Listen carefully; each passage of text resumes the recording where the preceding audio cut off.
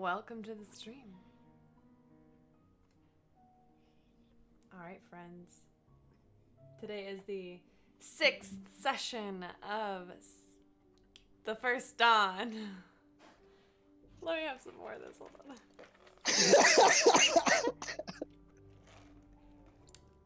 on. Welcome to everybody in the chat. Welcome to everybody, all my players. Let's go ahead and get started. I think we should start off with a recap. Oh, well, I've got you there. Sound a little more rehearsed if you could. Greetings, well met. I've a tale to tell of how First Dawn fought a primordial and the battle went well. After the fight, the party went and did split up. Arvad helped towns recover, Ruby wrote for the future and did pray. The ideal omelet was discussed in a way. Arvad met with Ray, his true love. Signy gave Asara a dagger, like brah! The horn once more rang, a call back to war. Signy suffered 52 psychic damage from a door. The group met Marith, a bag of delight. No one suspected we'd be caught in a fight. They had sought out Lakal, goddess of healing. They thought Madrian's shtick would be appealing. But Bahamut Nihil arrived like thunder. They battled Toothclaw Void into Lakal's shield and it sundered. Lakal be a god. The crew, they were rushed. Under Nihil, Lakal got crushed. Lakal did perish. The party did sorrow. So tune in today to see what happens tomorrow. Oh my god. Stacey, you do have a crit from Andrew Fellowship of the Tables. I thought you were gonna say corruption. I thought I was gonna say man. corruption too. Ready? Actually, speaking of which, y'all have been between the last time y'all have played and today, y'all have been given a corruption point. Wait, what? Yep. The first dawn has 1 corruption. Oh What? goodness. Is Wow, that the fake chat. guy? Nope. Or Nope. That somebody donated between sessions and messaged me privately. Now listen here. that's just not even fair. I know, because now we can't blame them. We'll just blame Chat, all this chat is a collectively. Wendy's.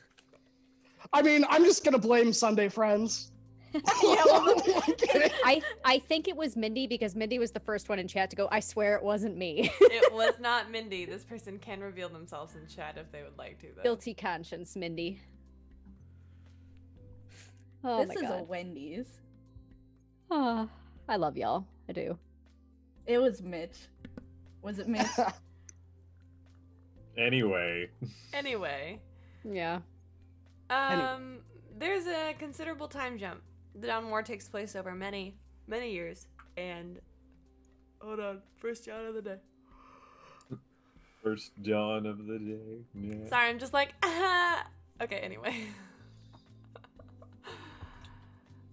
There's been a considerable time jump between last session and this session. This time jump is 10 years, a decade. We are going to take some time to go through and talk about what you have been doing in the last 10 years. Maybe go through some scenes if we need to. Who would like to go first?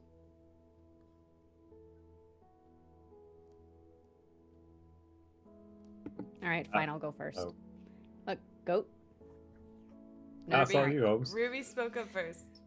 All right. So, after the whole craziness with the call, I would have spent my 3rd decade on this material plane, taking time to go and help where needed. Battles are still raging, towns are still being destroyed by primordials, and I know that not everyone either has a dedicated healer or can even find themselves and organize themselves after such destruction. So I spend my time wandering the countryside. If battles are raging, helping out where I can, whether that's healing the wounded or organizing troops. I find towns that have recently suffered destruction and help people rebuild themselves, whether that means learning to use a hammer and actually building stuff, or even just offering some kind words and inspiration and hope. I also take some time for myself and go visit temples to the various gods, Sarenrae, Aurum, everyone that we have either thus far met or at least have heard of, and offer my gratitude. And I do spend quite a bit of time trying to get to know Avandra and paying her due respects as well. You have a couple of very beautiful moments in these temples. You actually find that a lot of temples are destroyed by primordials. So you'll go to a town expecting to see a temple and find that it is actually in ruins. It is definitely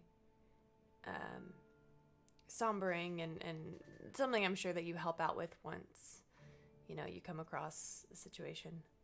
Rebuilding temples, but some things can't be rebuilt.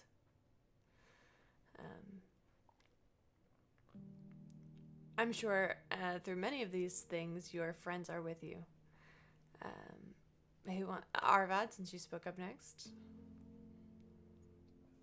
I would have definitely traveled with Ruby for a time, repairing villages, possibly being the one to teach Ruby how to use a hammer.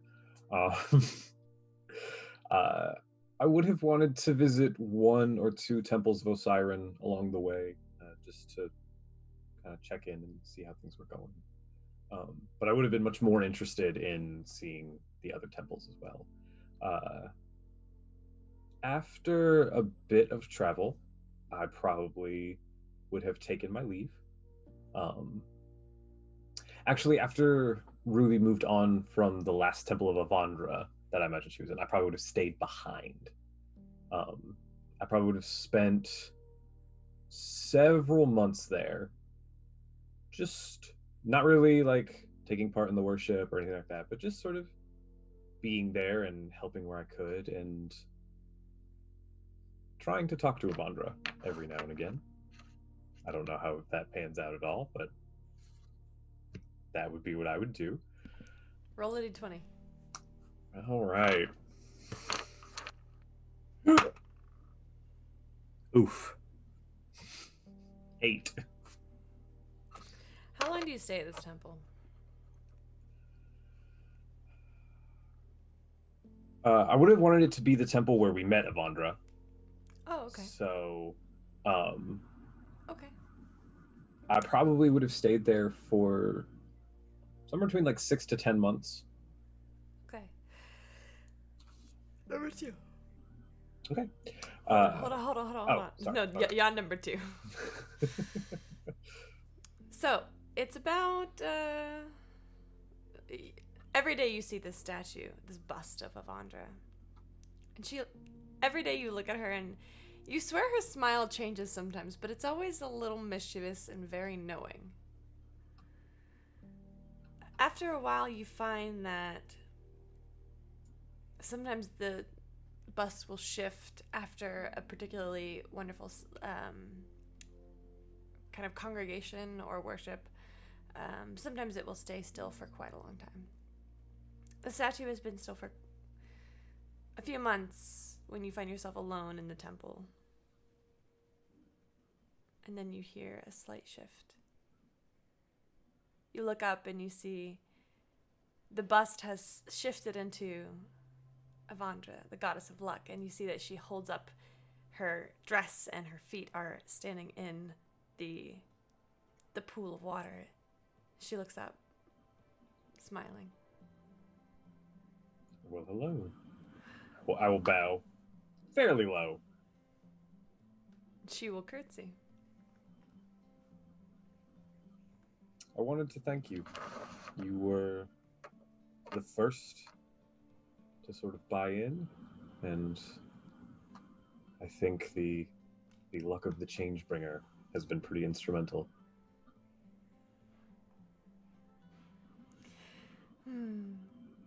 I've been watching you.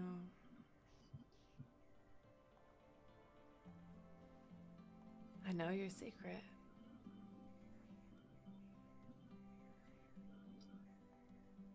I may have wanted it to slip once or twice.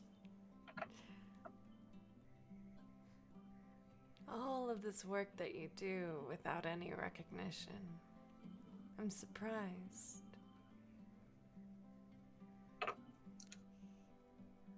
My experience has been a humbling one.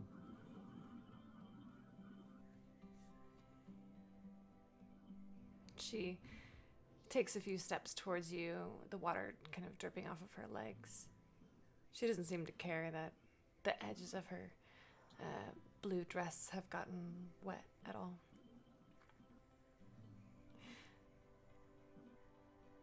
Why are you here, really?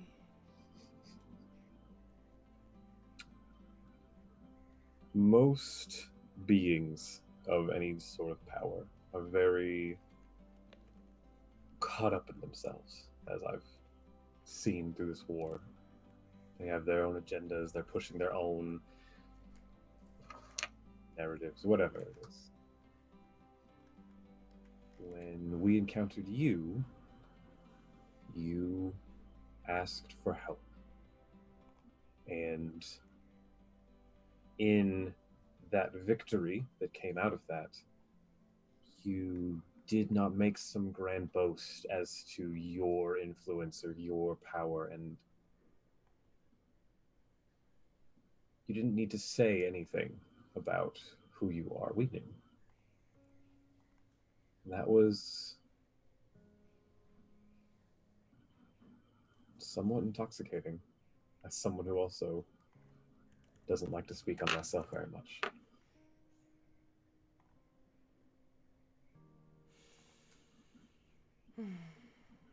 You fascinate me. And surprise me. It's delightful. Would you mind if I... She pulls out a tarot deck from the edge of her cloak. It's like she's pulling a sliver off and it becomes a tarot deck. Would you mind? Not at all. She gives it a shuffle and then holds the deck between her fingers. Do you have any questions?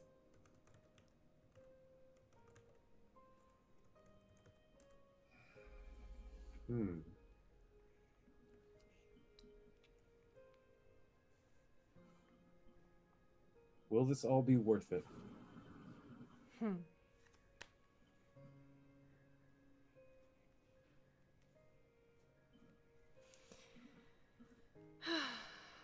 I ask myself that often too.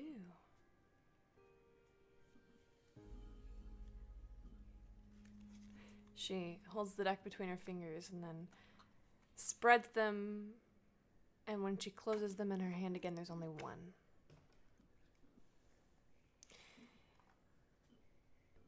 You see that it is the card known as the World. It is upright.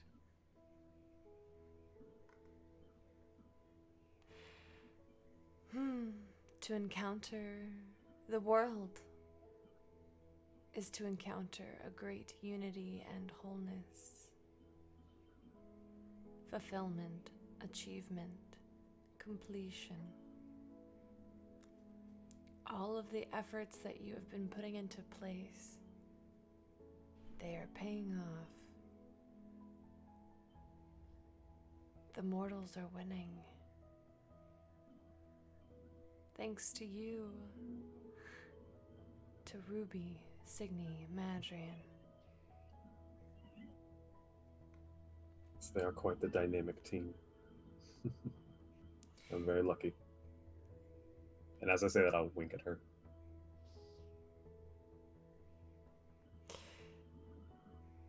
The world also, I feel I should mention, talks about a child.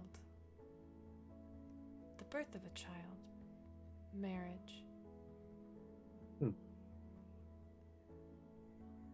Interesting. I think that the Lady of Luck on your side, you are unstoppable. I think that as well.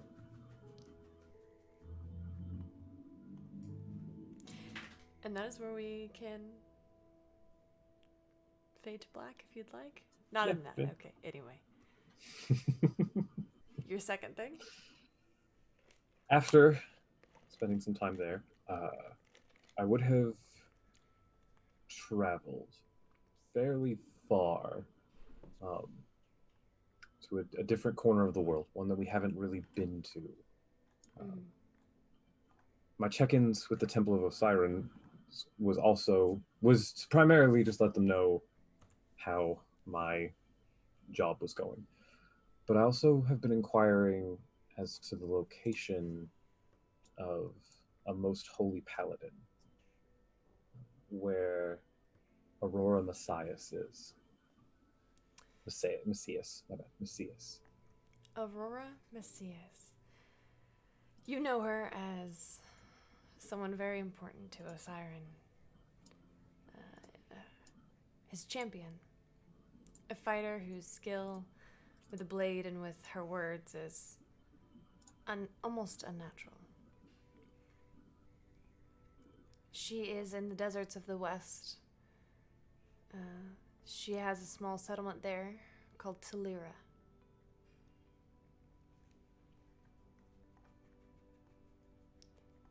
And I will make my way to Talira. As you do, you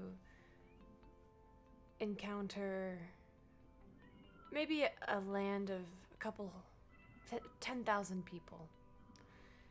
Carved out a place in the desert, fighting monsters, fighting elementals. There's only one tent that differs from the rest of these less than permanent structures, and it's not even that much different. It's maybe a little taller so you can see it from farther away. But inside is not Aurora Messias. Aurora Messias, you actually find her at the Oasis. This is a small river stream in the middle of the desert where this group of dark-skinned, dark-eyed human people gather. And she is by herself. As I approach, I'll make myself known.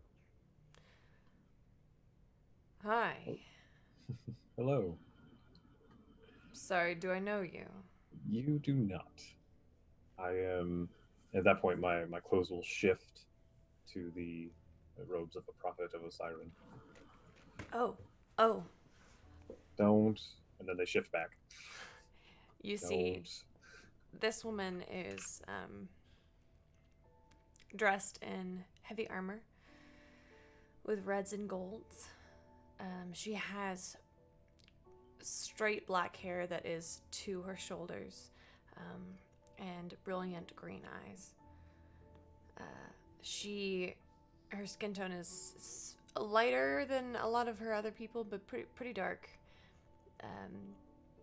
And she wears a crown on her head. Now, I'm describing what she looks like mainly to get to the crown, because this is an incredible artifact that you see upon her head. This is the Veldahar. And you see, I will describe it to you and let me just pull. If you would like to see a photo of this, please check out our Patreon. As there is a photo by Squirrel Curls of the Veldahar.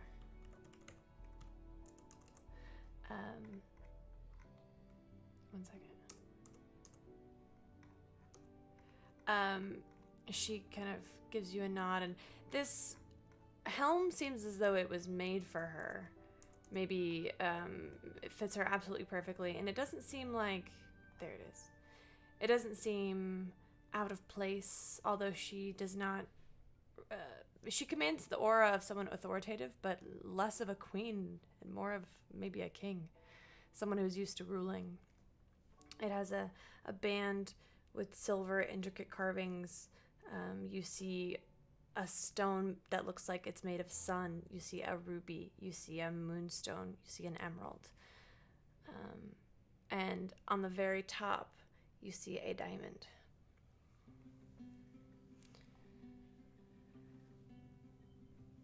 How can I help you, Prophet? You can just call me Aravad. Harvad. Well, I am Aurora. I've heard quite a bit about you. I'm from, well, where I'm from, they say I'm from the east, but I've traveled here from far to the west. I just wanted to come meet the champion of Osiren. You honor me. Thank you. Well, I never thought I would be here. It feels very surreal, even after all this time.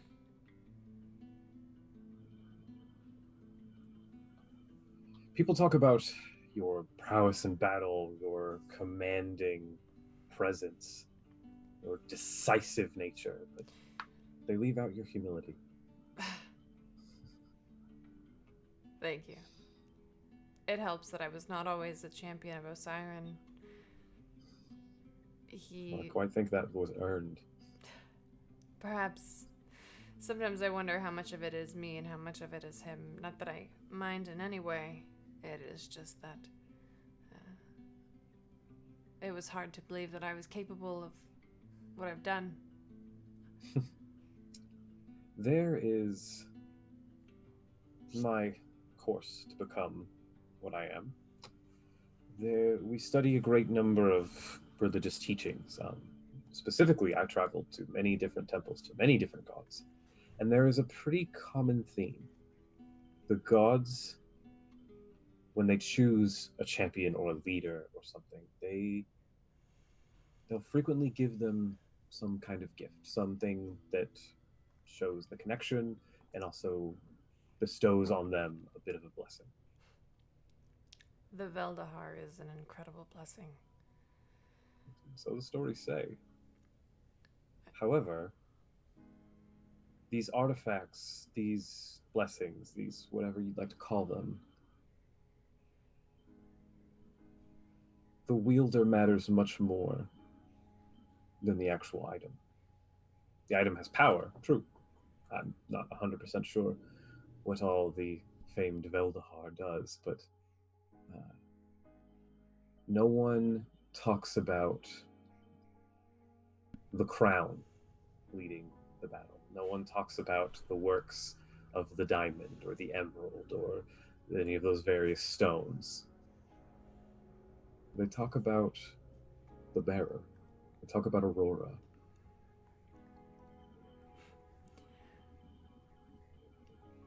Through Osiren, I've realized I can accomplish anything. I very much think that's the other way around.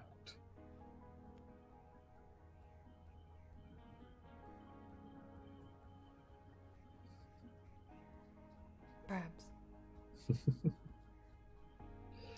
I did come here for a reason, though.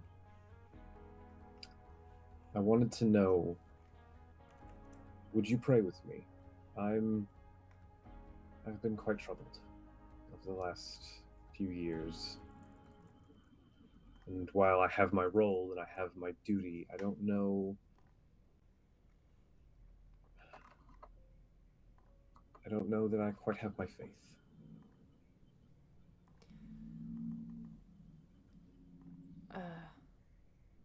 Of course. Thank you. Of course.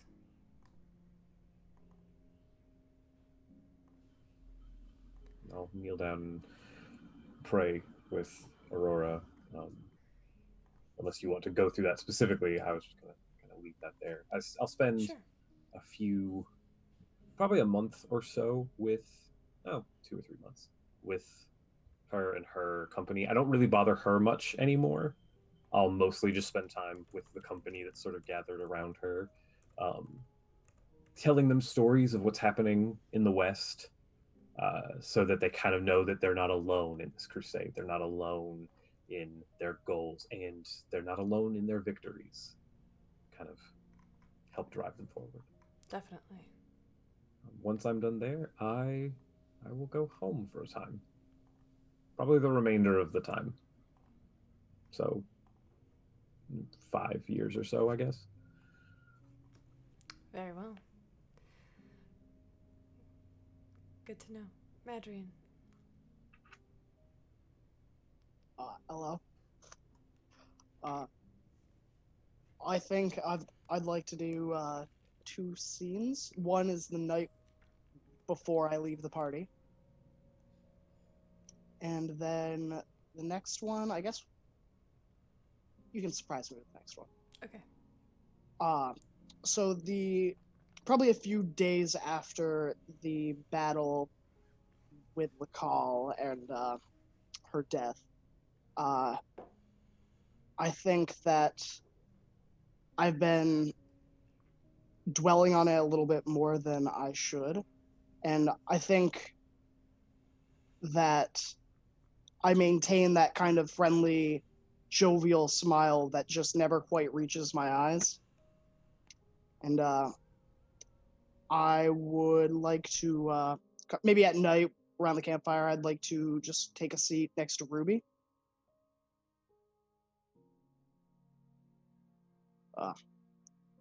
You mind if I take a seat?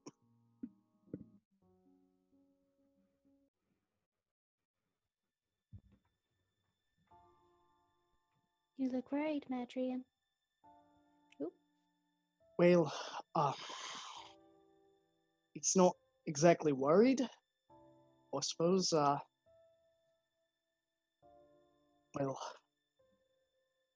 I guess I got a lot on my mind. A lot of questions that I don't really have answers to.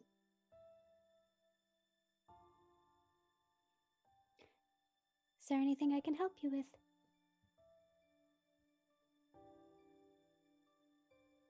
I don't know. Even just offer an ear? Yeah, that'd be nice. Back with the call. I had the chance to save her, and I didn't. She kind of said we'd just be trading places, and I would die if I saved her, and I didn't save her. Does that make me a bad person?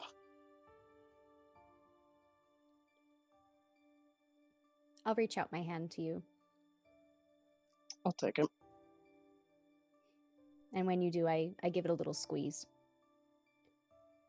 Madrian, this isn't the first time that you've been asked what you would do, choosing between yourself and another for the greater good. Remember when Aram asked about it? And what your Yeah. answer was? That I wouldn't. I know it was a really tough decision, and one I'm sure you'll perhaps think about for the rest of your life. But it doesn't make you a bad person. We all have to make tough decisions. Especially now, when the fate of the world hangs in the balance. I think Lakal offered it to you, but she didn't expect you to take it. Because she knew what further good you could do here if you were still around. And don't forget, just because she's no longer living doesn't mean that her message won't get shared, that she still won't be thought of. Her message of mercy will get spread. Meredith will be sure of that. We all will. I know, but Sometimes I just get to thinking that maybe if there was someone else that wasn't me, that gods wouldn't have to die.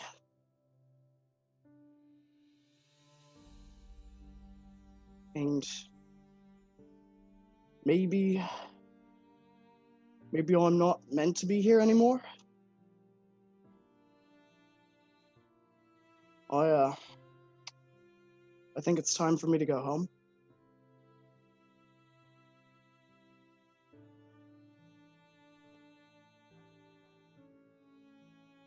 Medrian, I won't stop you from going home if that is something that you really want. But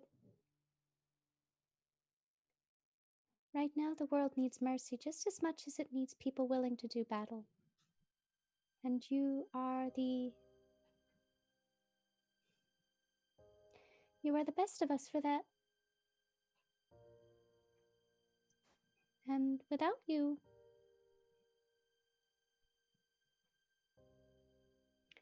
I think it takes all of us to get this job done. Every single one of us has something to offer, and taking part of that out of the equation, I know right now it's tough, but you are extremely important to this cause, just as Aravad and Signy and I are. If you need time to go be with Akalia and your daughters, then you take that time and recharge. I'll offer a hug. I'll take it. I'll do my best to squeeze when I do. The only reason that I'm able to be who I am is because all of you are so strong. I find strength to be a better person when I'm with all of you. And I'm going to miss you all so much. I'm going to miss your silly jokes, Madrian. But I have a feeling that I'll be hearing them again soon.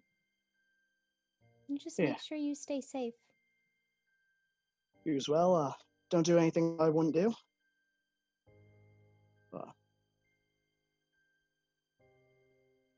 Thanks, Ruby. I'm really glad I met you. I'm glad to have met you too. And I'll get up and go to my sleeping bag.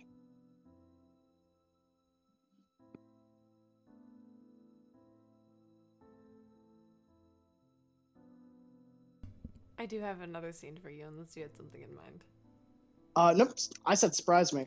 But I also have another question now that I finished that. Have I had any visions for a while? That's a very good question, and one that we were just about to address. No. After you leave the group, you find no visions. Then I return home, and I will spend the next however long, 10 years, raising my daughters. And trying my best to raise them into fine young women. I think that I would put all the energy that's always been put into chasing dreams and visions into them and Akalia.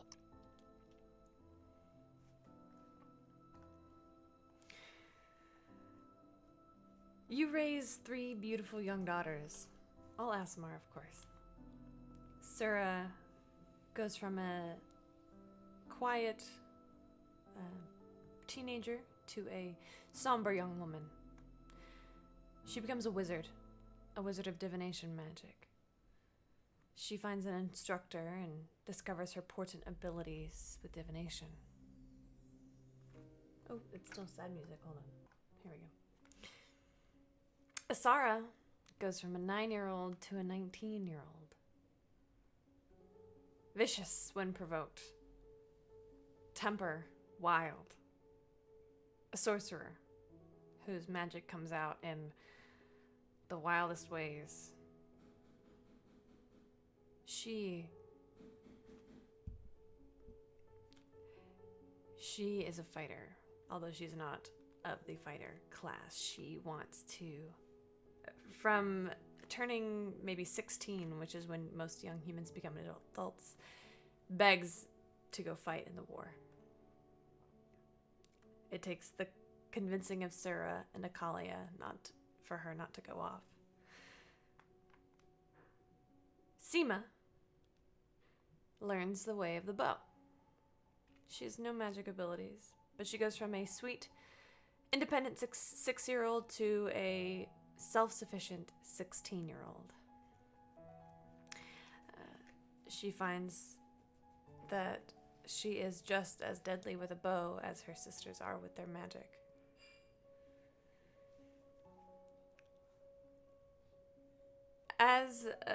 Okay, I'm gonna come back to you because I need to do Signy next. Signy. 10 years. Oh boy.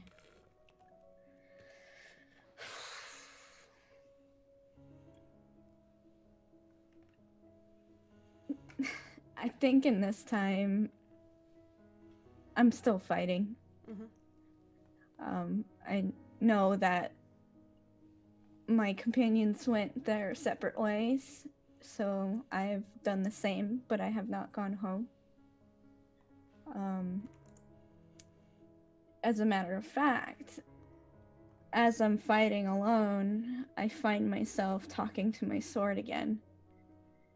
But I'm not talking to my husband, I'm talking to my son.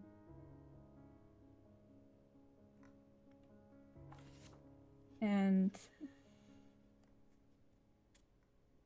it's been every night since I've left the party that I've been talking to him.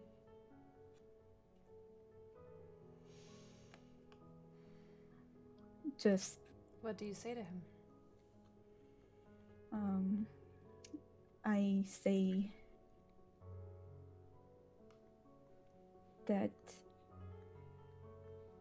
this war has been the longest that I have ever fought in. And I don't know how you're doing, and I cannot go home until it is finished, because I know if I go home, I am not going to leave. And I hope that you are growing into a fine person. It must be hard when both your parents are gone. And I wish that I could be there with you and see you, but I am doing this not only for you, but for everyone. And if I have to make the sacrifice so that everyone can stay with their family, then I have to do it.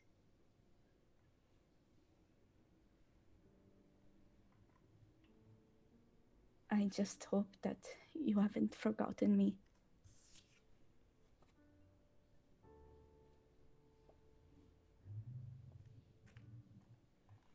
I'm tired.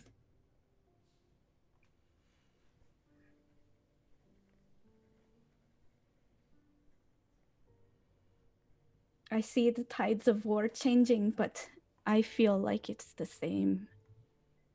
Death, destruction everywhere. When I close my eyes, I just see it. And I act like it doesn't affect me, but they're nightmares. And I just want to see your face smiling.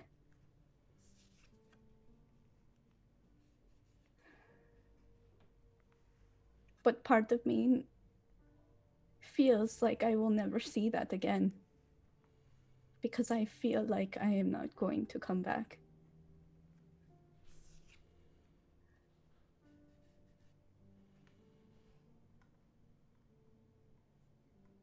That's all I say.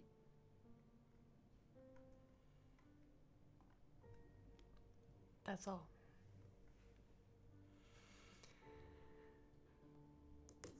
The time comes for you all to, that you all come to realize the next great battle. A decade after your last one. It is the fight against Dakar. Dakar has been causing trouble since the war began, and a great battle is coming.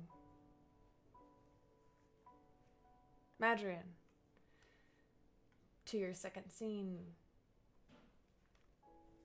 You come home from somewhere that you've been, the market.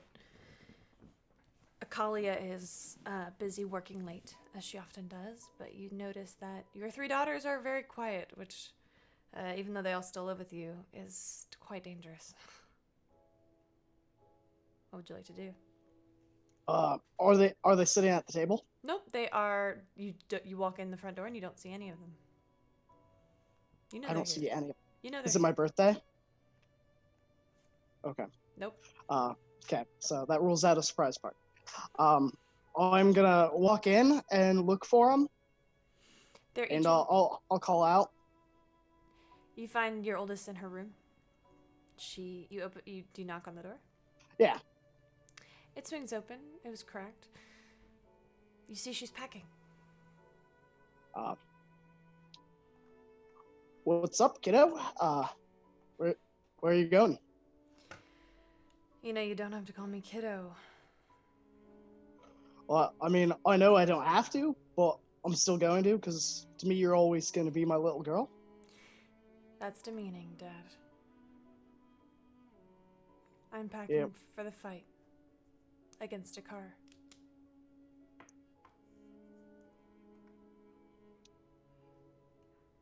And this is the oldest? Mm-hmm. Okay. She's 23. Well, I know I can't stop you from going. But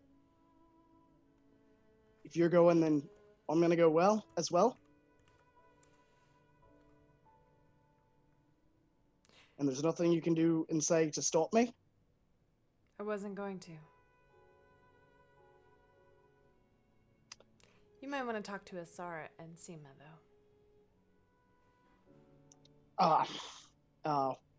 Are they both thinking of going as well? I think there's more than thinking.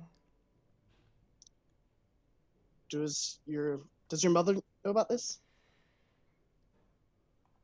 She can't stop me. Or Asara or Seema. We're all adults now.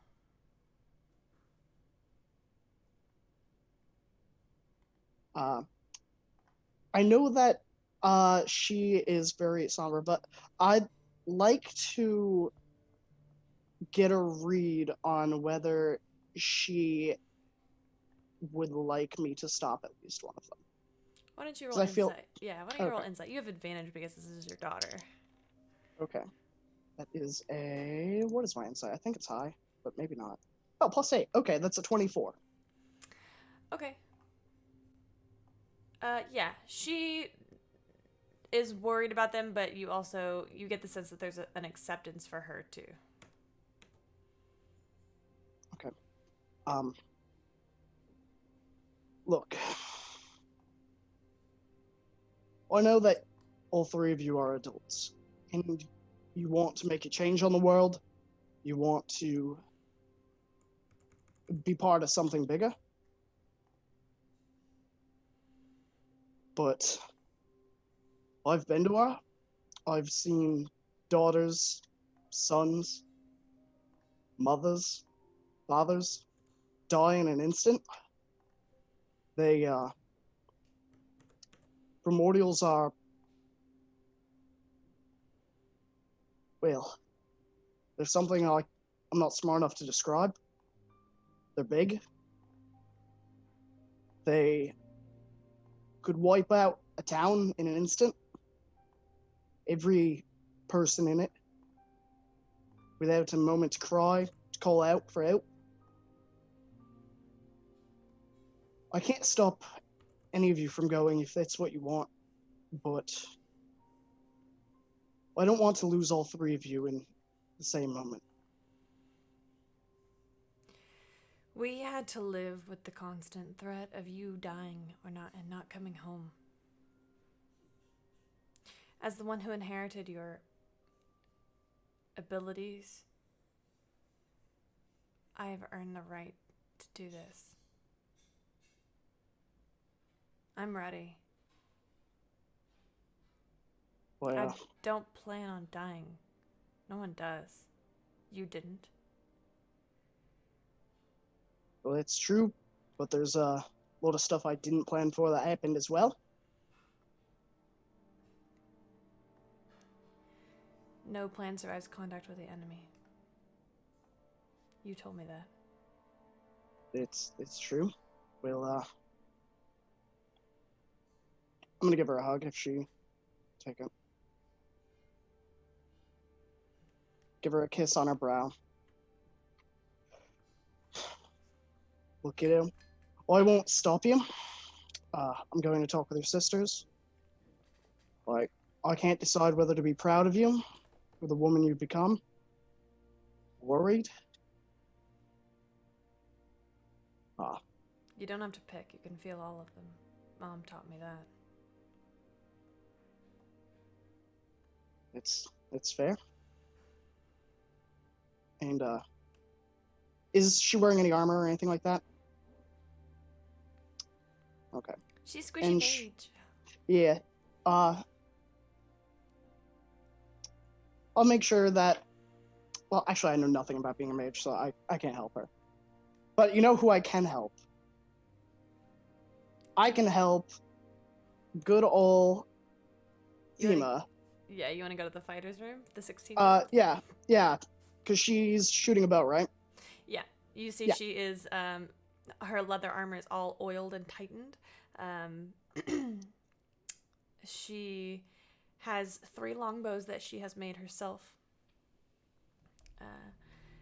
And she is basically, even in her armor, fletching arrows at a very quick pace.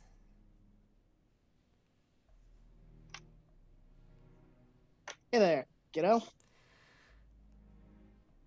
Yes, Dad. It's a little arrows. Can't be running out in the middle of a fight now, can I? Well, suppose not. So, I talked with, I think it was Asara, right? You talk to Sura. Sarah.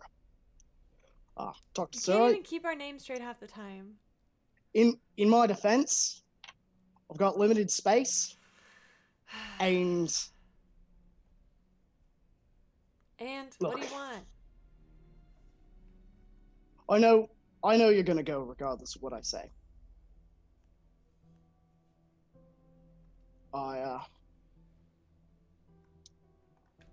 Just be safe.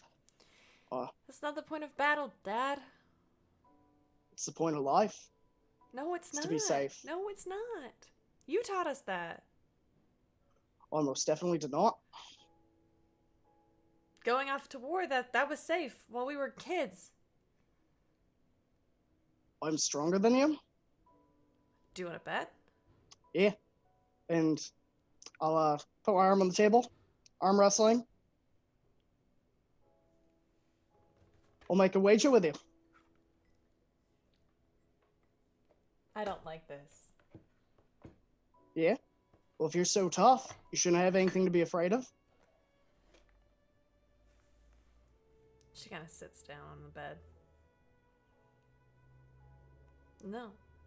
Because I know what you're going to do. You're going to say that if you beat me, that I won't leave. And that's not happening. I'm 16. I can do what I want. Yeah? While this is happening, silently I'm going to send Akalia with the ring. Okay. Hey, love, just thought you'd like to know, this is Madrian. The girls are considering leaving. for war. I need some backup, maybe. I don't think I can take them all. We will wait on Akalia for your setting reply. But, look, I'm not tricky or smart. I've never been that way. I'm good with a bow. So am I. And I know that you learn from one of the best. Me. And you're so humble. I don't even know the meaning of that word. Look, Dad, I have to go and protect my sisters. I can't have them going off without me. I can't be the one left behind. I've always been the one left behind, and I don't want that anymore. I'm strong enough. Well, I'm going. Volva, you're going. Okay. And I'm gonna pull out my old bow that 10 years ago I left home with. That runic etched pale wood bow. Yeah. And I assume it's like hanging above the fireplace, and I'll take it off and I'll hand it to her. Really? Yeah. Okay. Yeah. All right. She'll hug you. She'll get a hug back. It's gonna probably be the longest hug I've ever given her. Mm-hmm. And rule number 1. But I taught you the rules. what's rule number 1? If something is really scary and strong and you seem outmatched, it's always better to run. She repeats it back to you. Yeah. Stick 'em with the pointy ends. I mean, no. Whoops. No. Definitely run. I'm gonna be very far. I'm not a melee fighter, Dad. And people who are far away, what do they do when something runs up real close? They run away. They run away. Got it.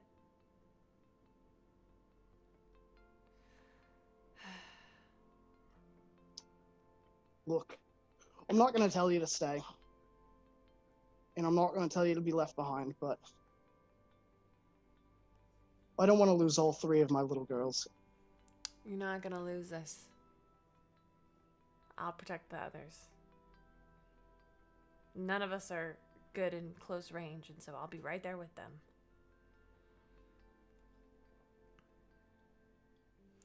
Look, Sura and Asara have their magic to do whatever it is that they want to do, and I have my bow, and I have you. That's all that I need.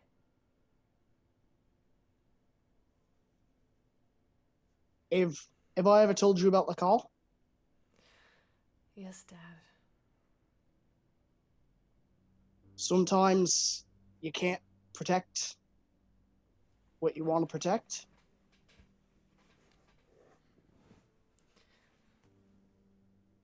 And I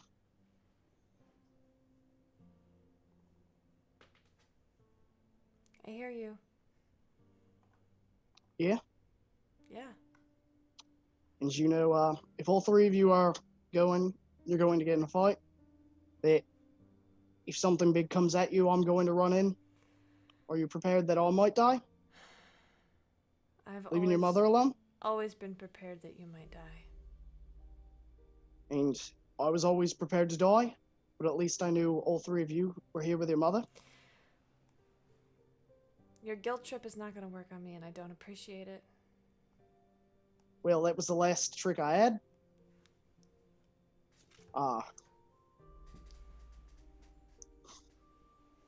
So, I'll go to the last daughter. You see Asara, your middle daughter, who is 19. She is bouncing fire back and forth between her hands, just keeping herself entertained. She's not preparing. She's just sticking around. What? Oh! Whoosh. Hey, Dad. What up? Hey, sweetie. Mm-hmm.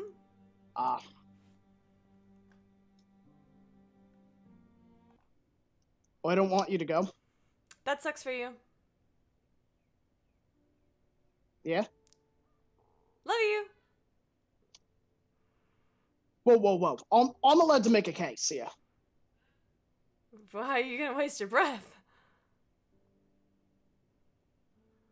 Because I know deep down you love me, and you love your mother. Well, yeah, of course I do, even not deep down.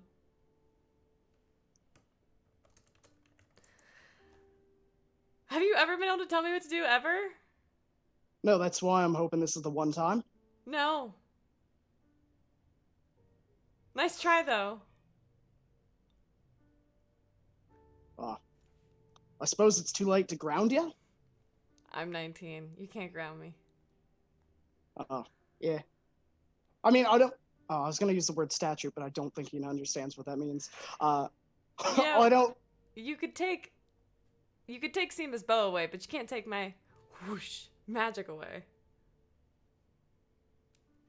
I mean, that's fair. I could take her bow away. Oh, don't. She'll murder you. And It's fine. You can't let her stay behind. Why not? That's like her What? thing. That's her traumatic childhood experience. You can't just make her relive that. Yeah. And, what do you think's more traumatic? Oh my god. Oh, I know. You just absolutely hate when I talk about feelings. But you know what? For once, I'm the one doing the thinking. For once, I'm doing the thinking. Yeah. You ever wonder how one of you is gonna feel if you die?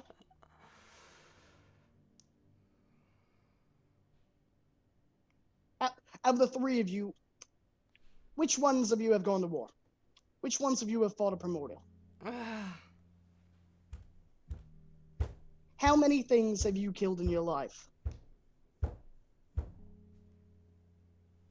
I'm not listening. I mean, it's fine. If you keep don't have talking, to. I will disappear. Well, there's only one doorway, and I'm standing at. She snaps her fingers and turns invisible. I'm gonna stand in front of the doorway. Arms crossed. Let me repeat this. She snaps her fingers and is no longer there. Okay. Well, I tried. Maybe not successfully, but I tried, and I'll just sit at the table. I know Akalia got my message. She did.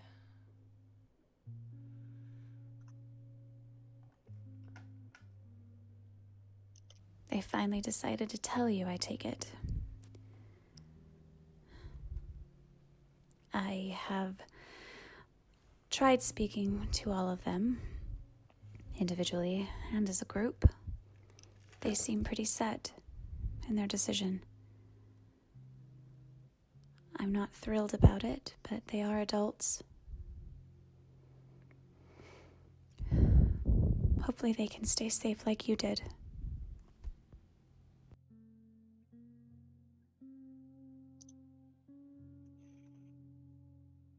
All right. I'm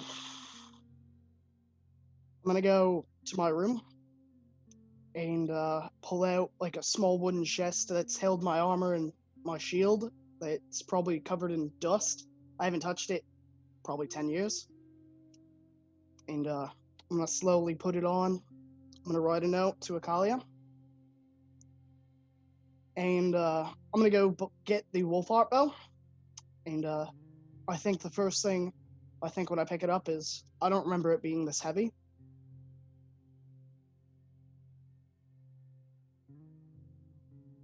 And I'll send Ruby, Aravad, and Signy.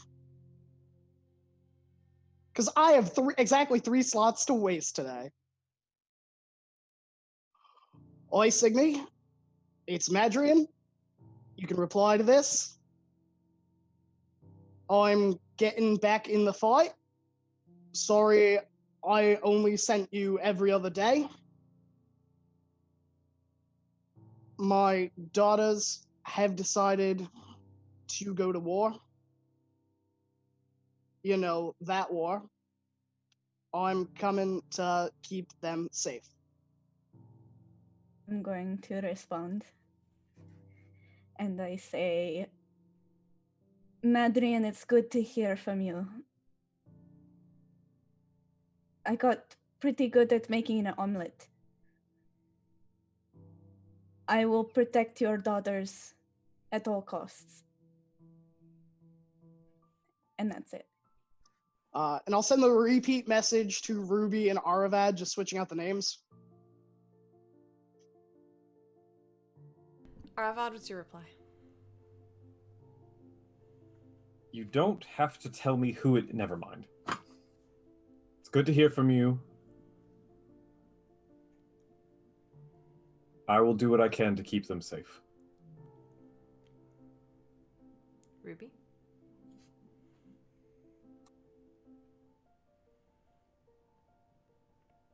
You're on mute?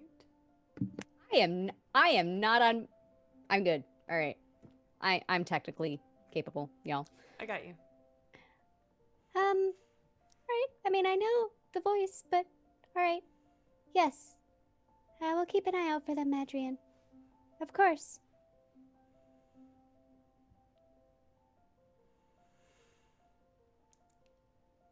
After 10 years, you all find yourselves in the same town this all started in. What's the town name, Arvad?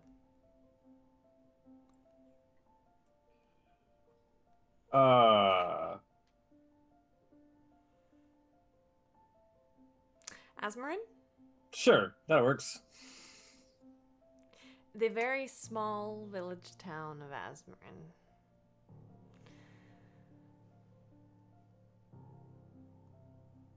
It is a small bar, small tavern. Aravad walks in first. And then Signy. And then Madrian. And then Ruby.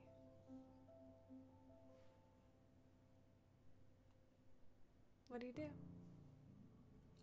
But I suppose I should introduce all three daughters.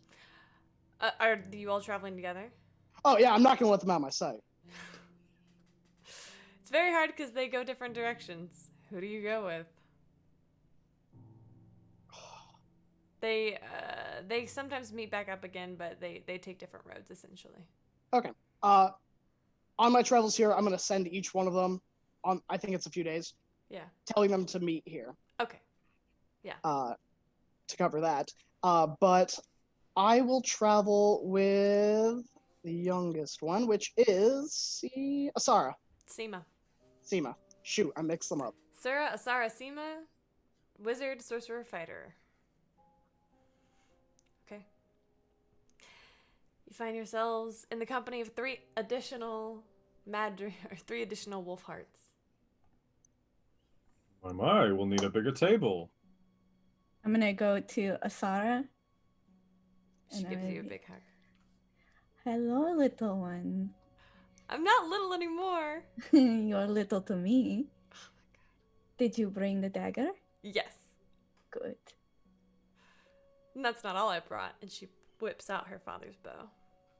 Wow, he gave that to you. Oh, wait, no, wrong one. This is the sorcerer. Never mind.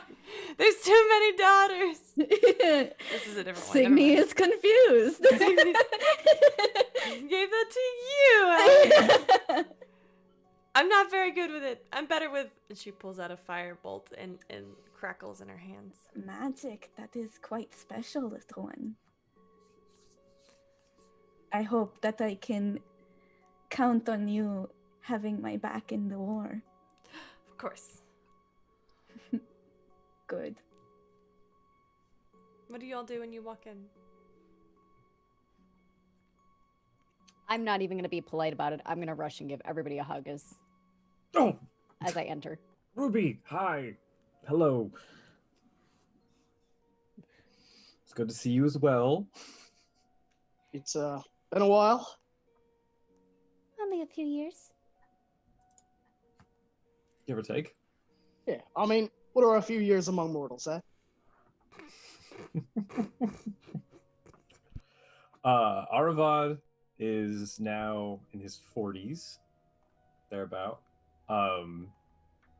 Hair is about this long, actually, because why stop and get a haircut? But you're noticing where the color is starting to kind of just a few spots where it's maybe a little lighter than you remember it being. But he still has the same cloak, same general demeanor, maybe a few like laugh lines, whatnot shown on the face. It's been quite the time. I see you came with reinforcements. And I'll kind of smile at the congregated family. This is Arvad. He's, don't let him fool you. He's probably one of the best.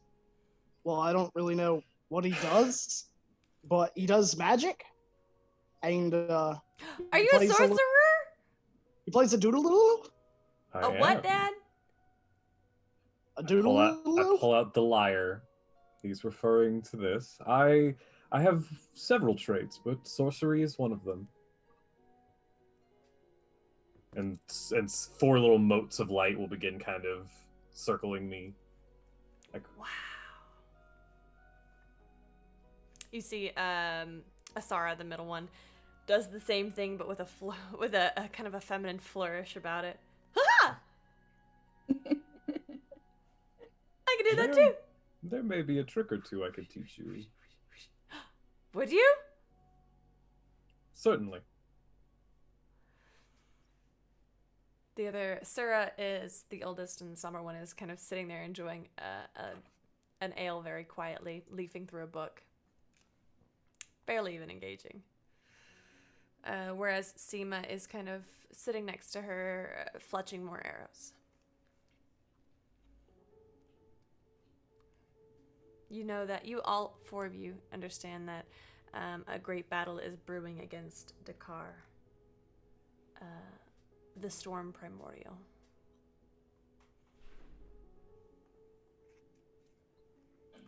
What would you like to do? We should probably buy potions of, that thing, the potion, it was purple. It's been like 10 years, I don't really remember. I remember we bought it when we were fighting. Potion of lightning resistance. Yeah, that. Yes, I'm sure we can contact the same brewer. Or maybe it's a family member of them now. They were kind of old. Well, I know a thing about being old. I'm in my 50s now. Oh, that's right. Forget that you're my senior. I mean, I know I look like 20. Not a day over. The Asamarian blood has some interesting effects.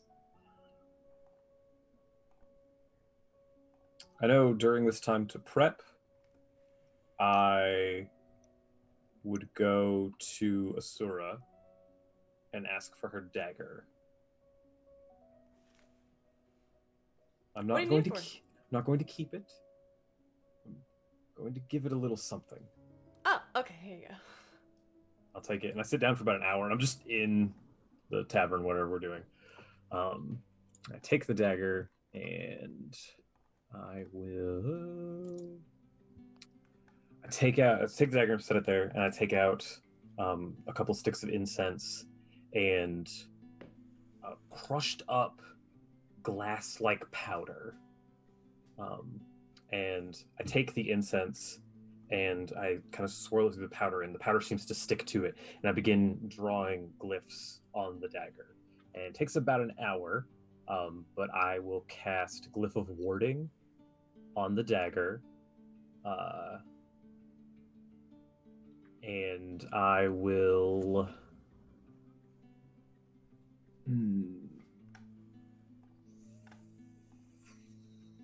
Frost. So it'll be Glyph of Warding frost damage. Okay. And I will go ahead and... Yeah, that's all I want to do. Yeah, casting a higher level doesn't matter. And as I'm finishing it up, I'll look at her and say, now, if you find yourself a little cut off. You've used most of your resources. You can take this dagger, and you need to throw it. And say, Madrian is with me. Why? Come on. That's so corny. An important part of staying alive in battle is to remember the things that you cherish. Oh my god, you're so old. I am. She walks away. DM, when is this battle supposed to take place? Like when? Like how soon? How? A couple weeks. A couple weeks. Maybe like 2 Okay. weeks. Okay. Why? What you got going on? You busy? No, I just there were two things I wanted to do, but if it's not going to be happening for a couple weeks, then the point is moot. Oh, okay. So it's fine. Well, let's go ahead and take our break, and when we come back, we will go ahead and start with that day of the battle. So, everybody, tell me what you wanted to have prepped in our chat, and we will start back very soon. All right, let's see if I can get this to work. Welcome back. Now, there are a couple of things that I want to address really quickly. First of all, for your time, your 10 years, you are going to gain some benefits. Signy, you gain the feat Tough. Ruby, you gain the feat Bountiful Luck. Arvad, you can pick between Observant and Prodigy. And Madrian, you get the feat Alert. So how do I put that in there? What does it do? Oh gosh. Sorry. Tough, basically you get extra hit points, and we can figure that out. Okay. You probably won't need them until next session. You've all spent the last 10 years doing various things. Madrian, I'm going to give you this feat because your daughters are coming up in this fight, and it makes sense. Now, Madrian, you wanted to force the vision that night. Yeah.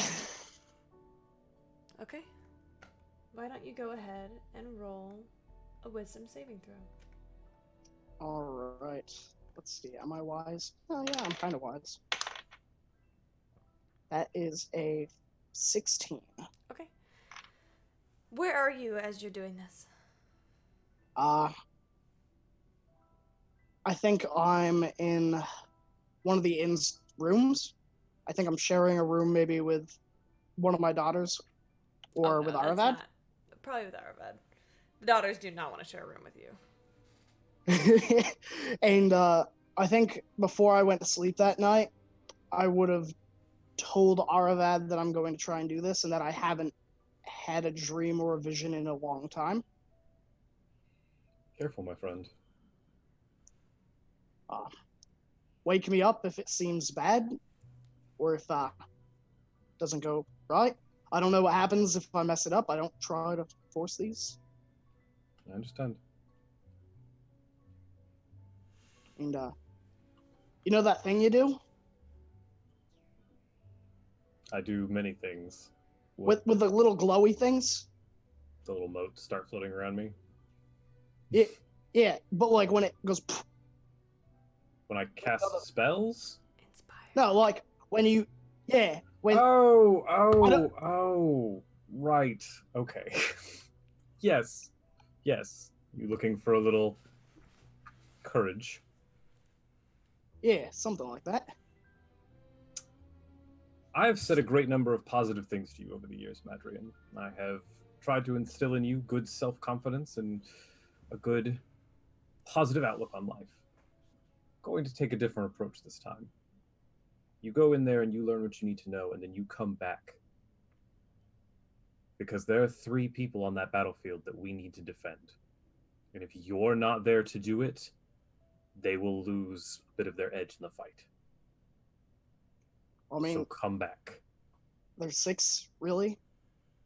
The 3 of us are experienced. It doesn't help. The 3 of us have lost people in battle before. They haven't. don't let this be their first time. All right. And I use inspiration as a threat. Okay. Madrian, you close your eyes and focus on an ability you have not had in a long time.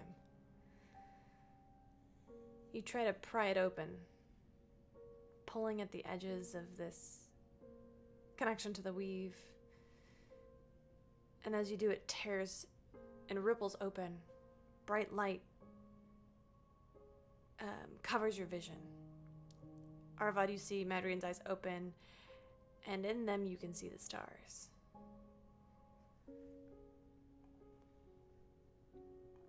This is certainly something. Madrian. It's dark here.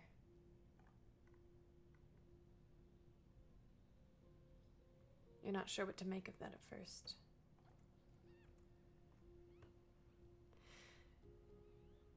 You see many orbs swirling in the sky. They look like stars. Some of them have different shapes and colors, edges. And you see one by one. The first one goes whoosh and is extinguished. The second one whoosh disappears into the darkness. This inky void swallowing them whole. First, the one farthest away from you goes out, and then the next one. And you realize there are more stars here as you look around than you initially realized, and one by one, they are being extinguished as they come closer to you and closer to you and closer to you, and you see one star right in front of you.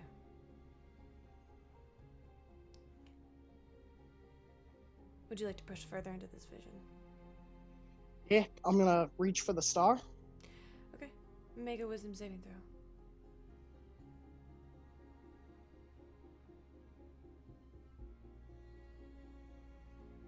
If you're talking, I can't hear you. Sorry, I was just doing math. It's 21. Okay, that's a success. You reach for the star and go to place your hands around it. It burns with radiant energy. It doesn't burn you as much as it would anybody else. But if you look into it, your eyes burn and you see faces. You see Sura, Asara, Seema, Signy, Ruby, Arvad, your wife, yourself. Are you going to pull the star in, or are you just going to touch it? Oh, man. And the other stars are currently being gobbled up. Extinguished, yeah. I'm going to pull it into myself to keep it Okay. safe. As you do so and you pull it in, the stars go out faster and faster and faster. The void is sucking them in even quicker, rushing like it's racing towards you. And then in the last moment, it engulfs you. And there's nothing. You have no sense of self. It's just darkness.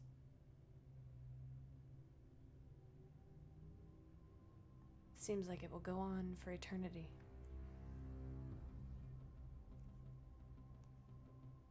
You sense... I'm going to look around. I was just going to say, you sense that everything has ended.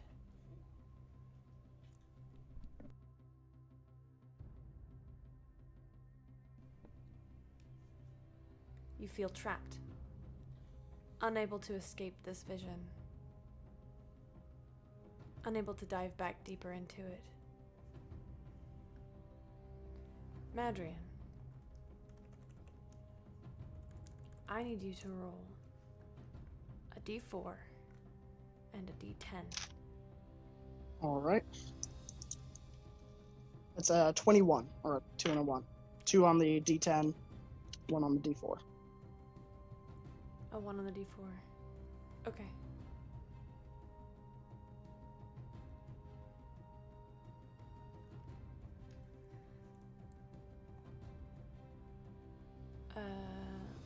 Okay.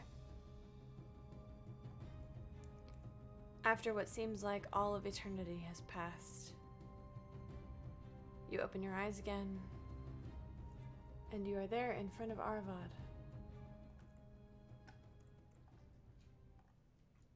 What happened? Is anything different? Make a perception check. 16 plus 8, 24. No, nothing seems to be different. Oh yeah. Saw the stars getting eaten. There was like a whole bunch of them, and I went to grab one and hold on to it and keep it safe, and then I was like trapped, and all the stars went out. I saw a vision of my daughters and all of us, and it's all I got. Stars. Was there were they just going out? Was there a being snuffing them out? What? I didn't really see. I just saw something was getting them. You saw a bright sky become dark night. And then you saw all of us. That's... Yeah, when I reached for the last star that was nearest to me, that's when I saw it. And I pulled it into myself to keep it safe. And then I think I got eaten.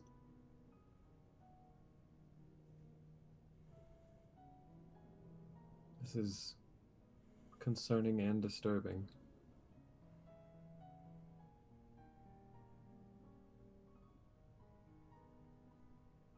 What do you think? You're the one who has these visions. Have I ever had trouble getting out of a vision before?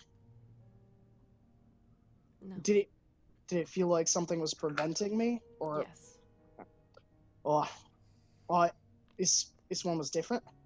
Something was preventing me from getting out. I mean, maybe I'm just getting old, and maybe I don't have the power anymore. The fact that you're able to do it at all, I think, says that you still have this power, but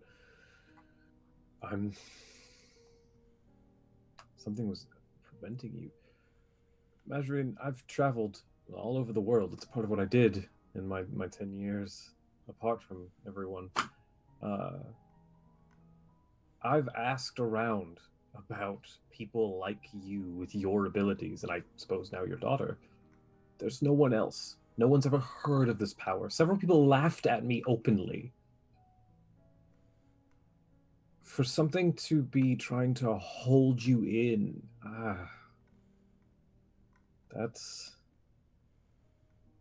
there's some greater force that's learned about what you can do.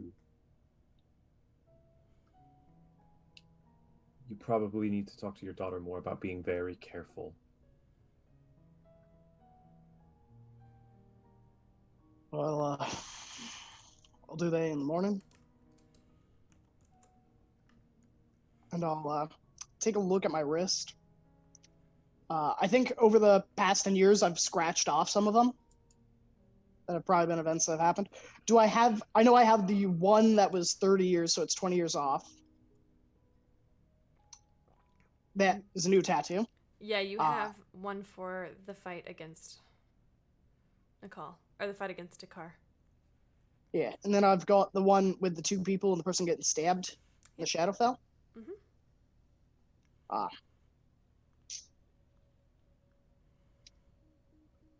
don't know, Aravad. I think that the more we do, the more we fight, the more we become important to our enemies. And I think that they're going to start trying to counter us.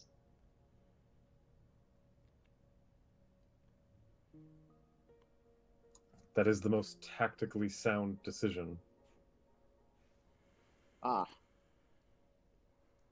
Have you reached out to any of your loved ones to let them know? I don't quite have the abilities that you have to do so, but I managed to see them all. Do you need me to send anyone? I mean, I can do it like 3 times today. This might be your last chance.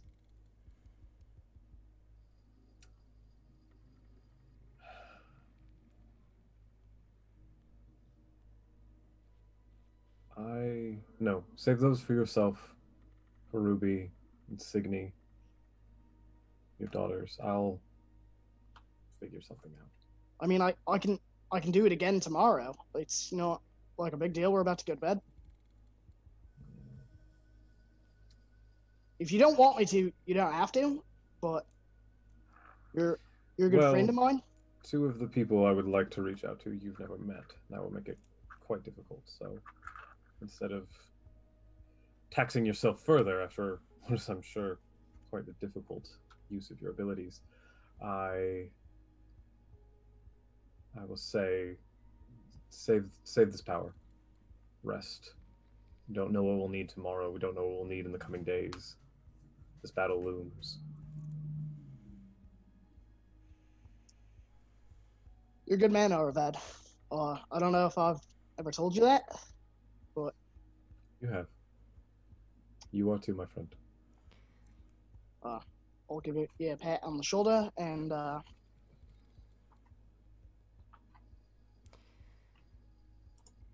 if Go ahead. if it comes down to it, and my daughter's in danger, and I'm in danger, save them first. I promise. Good man. And I'm gonna roll over. Mandarin, as you go to sleep, you remember. Make an insight check for me. Not spectacular. What is my insight? +8. Okay, 17. Okay. You know that you are not allowed to. You are not physically able to kill a creature. You have always felt that something bad would happen if you did.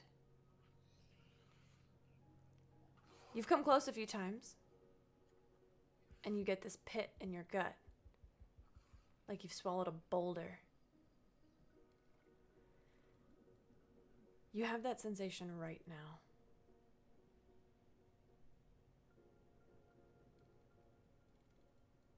That I've killed someone? Someone? Yeah. I guess since Arvad's already clearly up,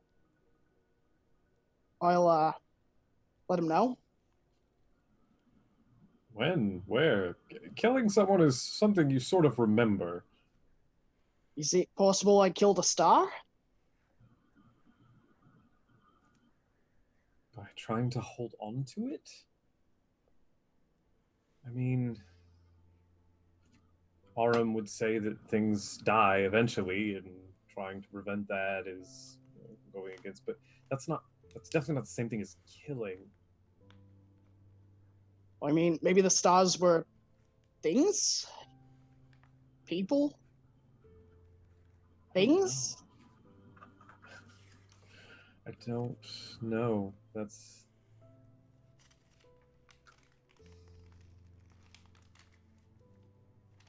What even is a star, anyways? There are many guesses. No one really knows. No one's been to one. Well, maybe the gods, but the prevailing thought is that it is the influence of Pelor and Sarenrae sort of encroaching in on the domain of Nahir. Supposedly, since we made our agreement with them, they argued that some light was needed, pure darkness, was not conducive to the moral races, and this very tenuous agreement was had to allow minor light into the night. But that's story. No one really knows. I like to think that dreams, like every person's vision for the future, is a star up in the night sky. And sometimes when I'm like camping outside or traveling, I like to look up and think, which one of them is mine? Imagine the ones that burn the brightest are yours. So, friends, you make your preparations over the next few weeks. Signy, The night before the biggest battle, you are familiar with Descending Spell. Many people have pushed their way into your thoughts that way. And then the night before the battle, you get a sense that another voice has appeared. Mom?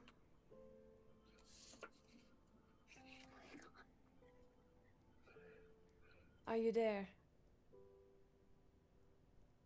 Arrow? Son? I got to see you today. How? A wizard showed me. Scry spell. I wanted to say that I miss you. I miss you too. How are you? What are you doing? That's a lot of questions. I can only do this so many times and I only have so many words.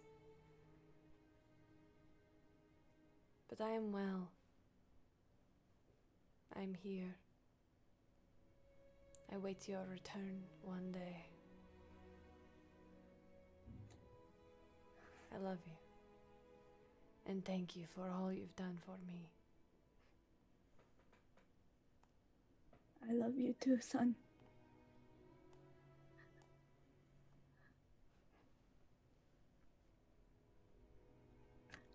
I'm just speechless. I don't even know what to say. The day of the battle against Nahir comes too quickly.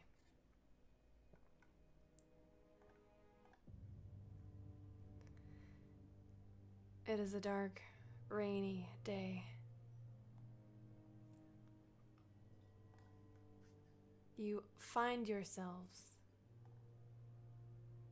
in the elemental chaos. Jordan, why don't you, my resident planar expert, describe what the planar chaos looks and feels like? Planar chaos is an incredibly alien land for mortals and for people from the material plane. It might feel vaguely like similar to the Feywild, but it is, whereas the Feywild is mischievous in its chaotic nature, the elemental chaos is brutal. The winds that sweep through howl. There's random bouts of fire, waves crush through. It's all of the elements mixed together in this ever-churning landscape. Finding a path is incredibly difficult, especially if you don't want to burn. But it is... If we're here, this is an interesting fight. Very good. You are led by Aram, actually. Oh, shit. The god of life and death, one of the most powerful gods since Io's demise. You find yourself floating through this chaos, making your way towards battle, and you can begin to hear the sounds up ahead, the sounds of combat.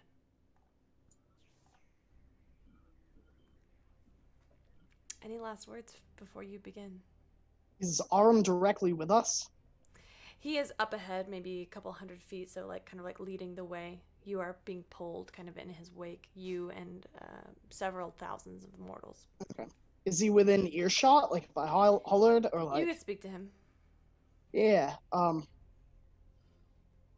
So before we get right to the combat, I will hello Aram. It's been a while.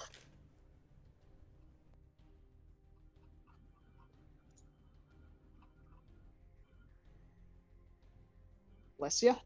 Excuse me. What can I help you with? I know last time we talked, I had kinda said I wouldn't save a god. But, and I know we're about to fight, but I want to ask you a question, and maybe it sounds stupid. But are stars living? Like, if I killed a star, can you kill a star? It takes great magic to extinguish a star. Do you know anyone that could extinguish stars? Like, gobble them all up? They are not living. They are representative. Representative of what? Everything. Mortals, immortals, the weave. Everything. Do you... So I'll give you the, 10-second spiel. I think by now most people know I can have visions. And now that you said stars are connected to the weave, is it possible that the weave is getting eaten or dying? No. No, is it as in it's impossible, or is that... Not possible. The weave has control over everything. Because I had a dream, and I'm not feeling myself lately. And I'm not really smart, so I figured you being a god and all, you'd know a lot more than me. Show me your vision. Do I know how to show someone? Can I think real hard? Like, if I think really hard about it, does he just read my mind and detect thoughts? He can? Yes. Yeah, I'll think really hard. Probably like the hardest I've ever thought in a while. And I'll try and recount all the details and the faces when I grabbed the star.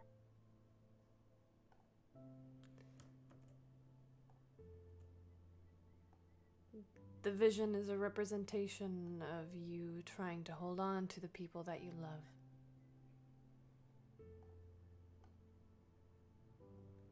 In doing so, you will doom us all.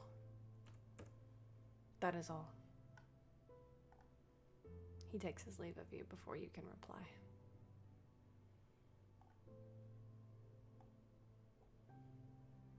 Well, I guess I'm here talking to myself. It's not like I don't know that I should be letting things change and grow up, grow older. It's just it's hard to let go of the things you love, especially if there's something I can do to help. I'll walk back to my party. I don't think I'm very good at this oracle thing. And maybe that's why they stopped coming.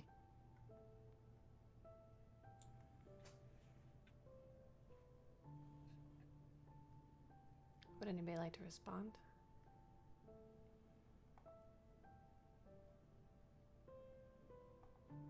No matter what is happening, we're here with you.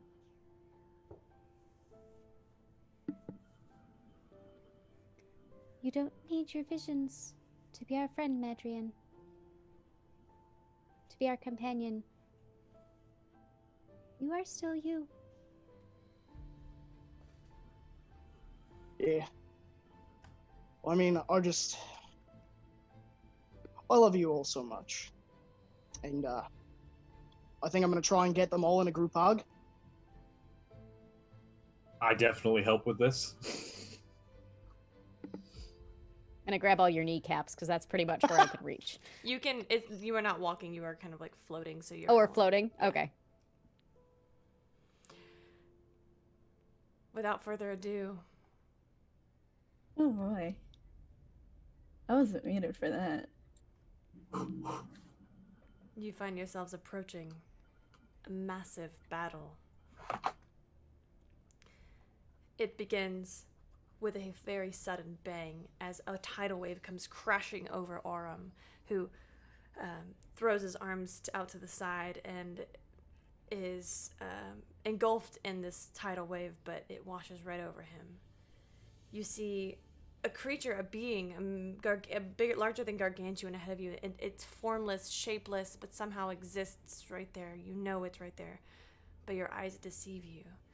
Sometimes it looks like a great ball of fire. Others, Other times, a sea, sometimes a massive large rock. Each time you turn and shift, it changes. Ever changing. Let's go ahead and start with a skill challenge. Describe to me what your character would be doing during this battle. We will have 2 rounds before we get to what is happening next. Oh, jeez, okay.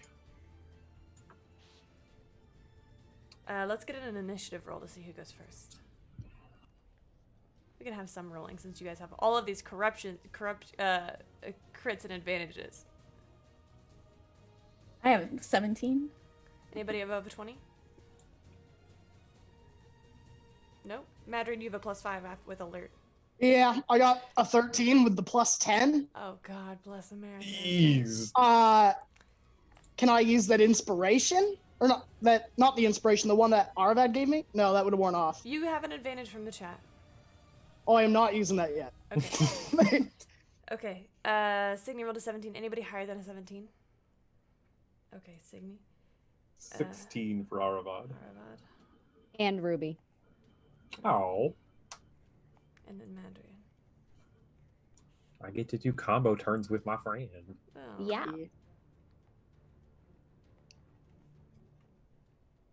Okay.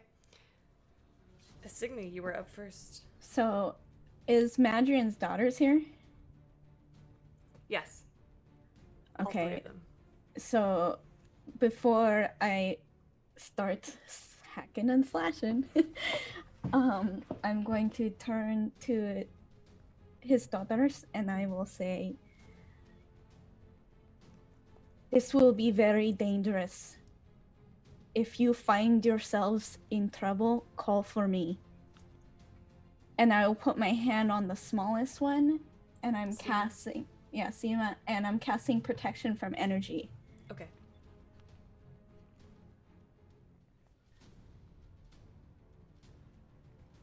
Okay. Okay, and Describe gonna to me what Signy is doing during this battle. There are all kinds of fire elementals, water elementals, earth elementals, air elementals, all kinds of creatures. This is one of the most massive battles you've faced. You see your friends are all around you, looking at you. so after I turn around, I get ready, breathe in, and then start running towards the first elemental. Okay. And I know that this is going to be terrible, but my shield stays back and protects the middle one, the Asara. Okay. I will stay within a good amount, within earshot, and also every time I hit,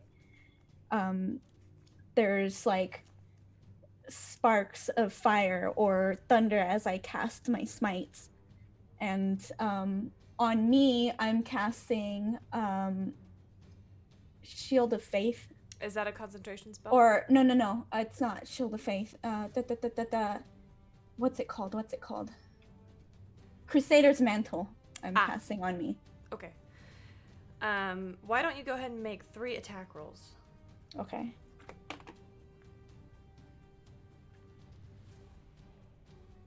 That's a 19. Okay. A 19 plus 10. Oh my god. So 29. Okay.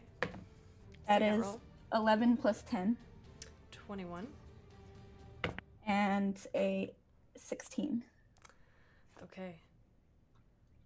I'm going to count that as a major success for this skill challenge. I'm going to give you 2 successes for that. Signy, you rush up and you begin to immediately, in true Signy fashion, rush headfirst, headlong into battle. And Madrian, Ruby, and Arvad watch as she begins to take down fire elementals, water elementals, earth elementals, air elementals, genie, Ifrit, all kinds of creatures just simply fall under her blade. Signy, you are going to take 30 points of damage this round. Aravad. I will take out my lyre. Mm-hmm. I will turn to Seema and Sura the two that Signy didn't put a shield in front of, and say, "Well, your father talked about the pluck, but here's what it can really do." And I pull out my lyre, and I strum a few notes. Say, stories can be scary, stories can be encouraging. When you live them, however, you need to be ready. And as I do, a blue energy comes out, and it goes around both of them, and I'm going to, and two of my motes of light will crush, and I cast protection from good and evil on them both. Okay. Once I've done that, I'm holding back. I'm not going to quite charge into the fray. And whenever various effects of the plane start coming in, like rocks start flying or fire or whatever, I will use stone shape, wall of fire, wind wall, and just to sort of maneuver and try to protect as many of our forces as we can. Make a what kind of I'll let you make 3 rolls. What kind of rolls would you like to make? Can I do one as a performance? Yes. Go ahead and roll that. One as spell casting, Mm-hmm. and then one as intimidation. Let's. Because so I perform my thing, and then I kind of float up, and as the elements are coming in, I'm using my spells to block and stuff. This is the mighty elemental chaos. Ha! My elements are stronger than all of you. Come now, bring me down, and just throwing spells. Okay, roll performance. All right, performance. Ooh, it's a good thing I just got proficiency in this because of my prodigy feat. That's going to be an 18. Roll a spellcasting check. Oh, yeah. Yeah, that one's good. 28. Roll intimidation.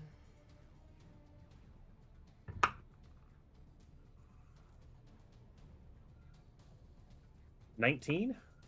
That's 3 successes. Yes. Okay. Ruby. Okay. Whew. Oh my god. All right. So there's all sorts of elementals in this chaos, and they're all generally relatively farther away from me, right? Yeah. All right. I would like to take the opportunity to try and first, Madrian, I think, is still relatively close to me. Mm-hmm. So I would like to reach out, and as I grab onto his arm, I would like just to whisper the word protection and cast Death Ward on him. Okay. And then I would just like to scan the battlefield and see if there is anywhere that I could potentially, not necessarily hide, but have some sort of cover. Okay. I'll let you roll 3 checks. Go ahead and roll perception. Okay. All right, that perception is going to be a 19. Okay. Go ahead and roll a spellcasting check.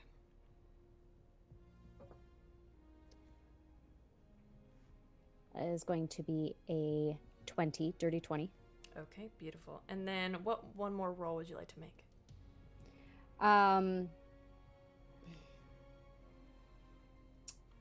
God, I don't know, survival. Okay, let's roll survival. Try and not die. Good idea.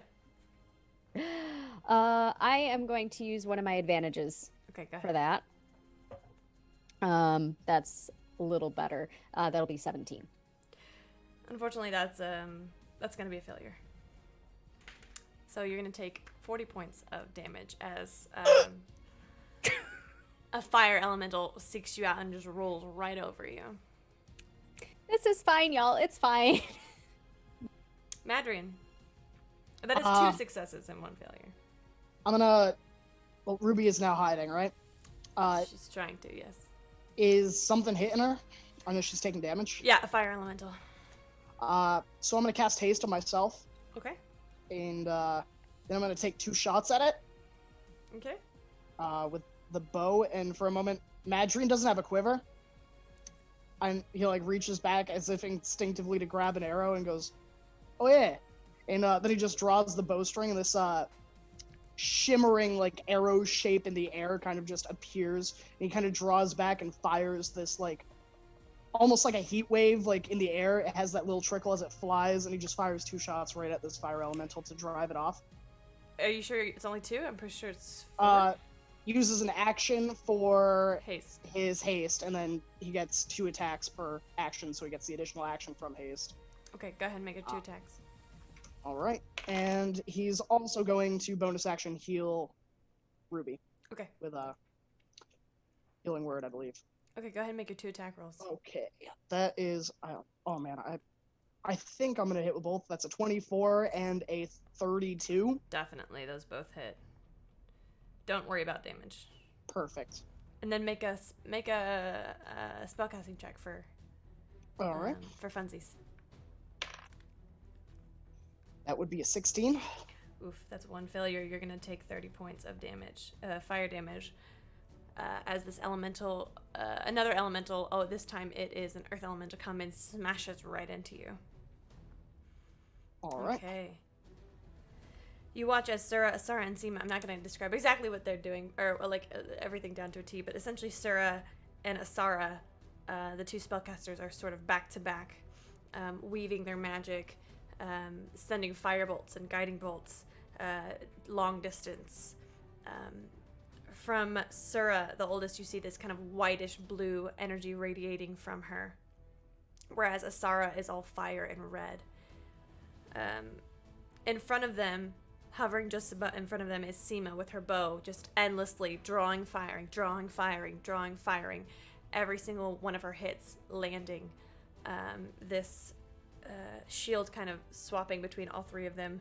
Protection from energy and protection from good and evil, keeping these girls, these women, young women alive as fire elementals come in trying to swap at them. And upon seeing that they are unable to kind of grab hold, you get the sense that they get tired of missing their attacks and move on, especially once they take an arrow from Seema. That is the end of the first round. Good job, friends. Okay, we're gonna make. It's 12:45. Okay. I said 2 rounds, but we're gonna do 1.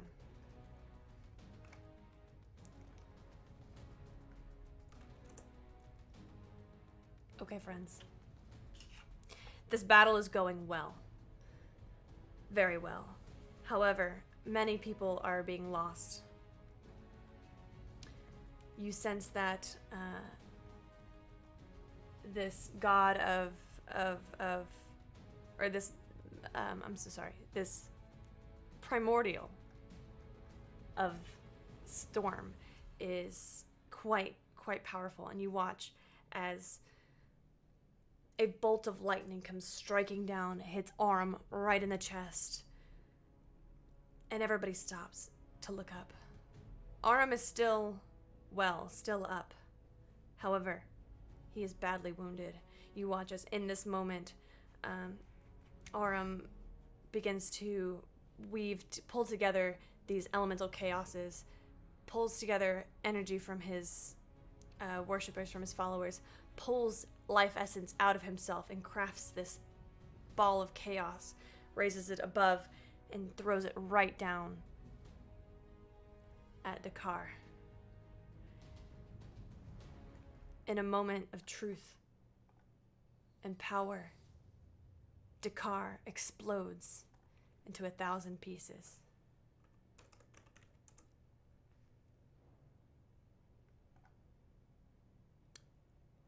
One moment, please.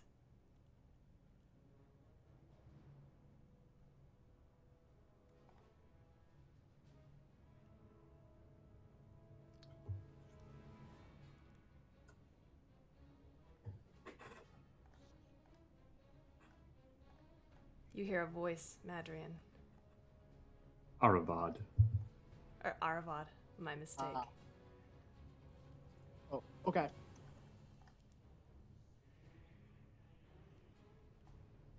My name will be in everyone's story. You were given one warning. Leave now. You watch as this creature rises up. Do you want to describe what this looks like, Neryl? All of the dead that mass around in this battle start twitching and rise up as a wave of undead crashes against both elementals and the defenders, holding everyone back from Aurum. And out of a gloaming shadow, a reaper-like figure appears, scythe in hand, striking Aurum in the back and bringing him low. You rejected my gift, and you will lose this war, and we mortals cannot abide that. And so I take my place as your successor.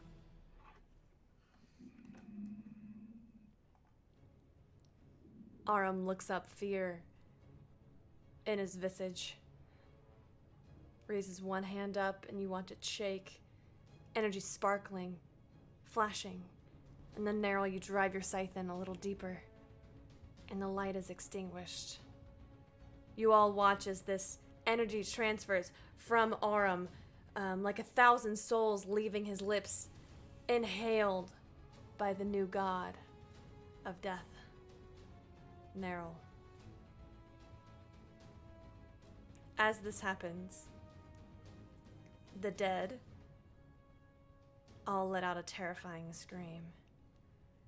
The elementals nearby, enraged by the loss of their primordial leader, the Dawn Titan, Dakar, begin to cry out, scream as well, and begin to attack with a new ferocity.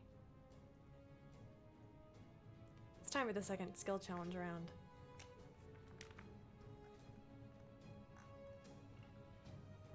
Signy, what would you like to do? Oh my god. Oh. Oh. Wait a sec. Okay. Oh boy. Oh. Okay, what am I seeing right now? Everything I've just described. Aurum has died. Oh my god. Dakar has fallen. And you see Neryl, the human man, the Lich. The human man. Does he seem awfully upset at us? Yeah. Oh, he's about to be. Does he look upset at me? 'Cause, Yeah. like... Is he the kind of guy to hold a grudge? He is larger than you've ever seen a human before, having assumed this new godlike power. Oh my god. Roll initiative for me, Neryl. Oh my god. What am I gonna do? Auto crit him? Okay. I can auto crit him. That'll be a 10. Okay. You'll go after Madrian. Alright. Oh boy. I'm very upset seeing Neryl again. Where is he at? He's like right there. Right? He's, I would say, maybe 200 feet from you. Oh boy. You've got a wall of undead people who you watched to die have begun to rise again and take form.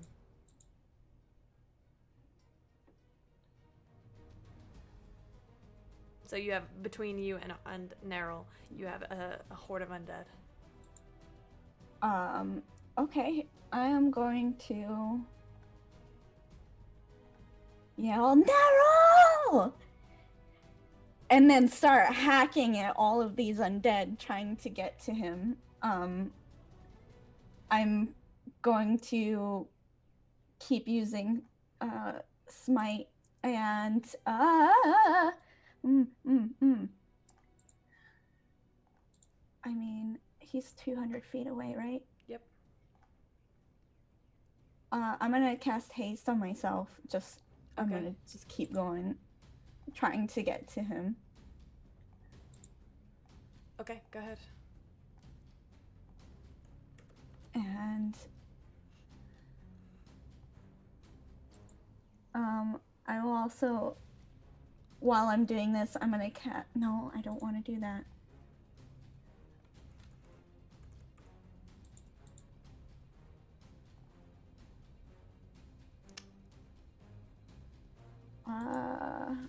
Do you need a minute, Signy? I do. Okay, that's fine. We can come right back to you. Aravad. Ruby, would you like to go first? Okay. I will.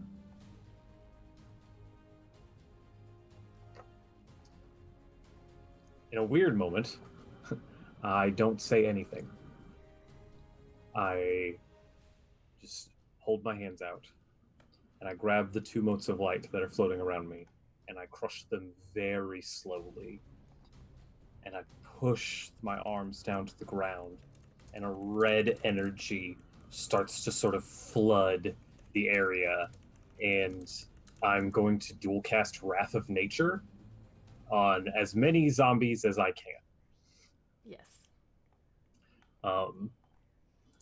Small trees, rocks, vines, a variety of plant life erupts from the ground, grabbing hold of the zombies, pinning them down, smashing them with branches, crushing them between rocks, just destroying, pinning, restraining as many as I possibly can. Make a spellcasting check for me.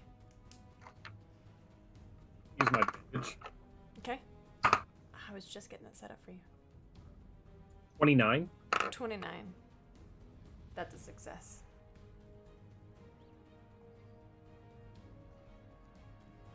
Not every story is good, Neril. Betrayer. And I will use the rest of my movement to fly towards Neril. Okay. Ruby? Signy, are you ready, or do you want to let Ruby go? You ready? I can't hear you.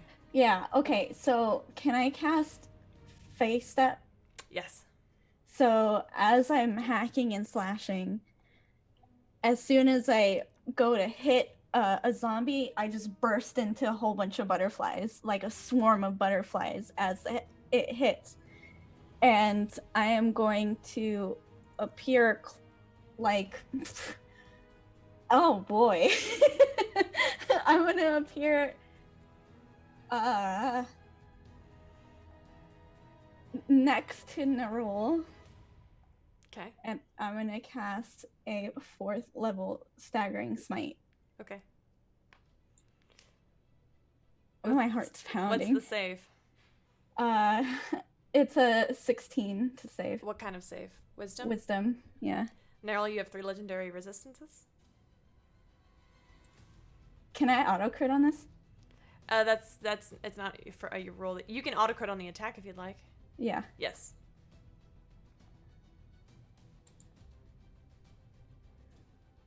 I will use a legendary resistance. Okay.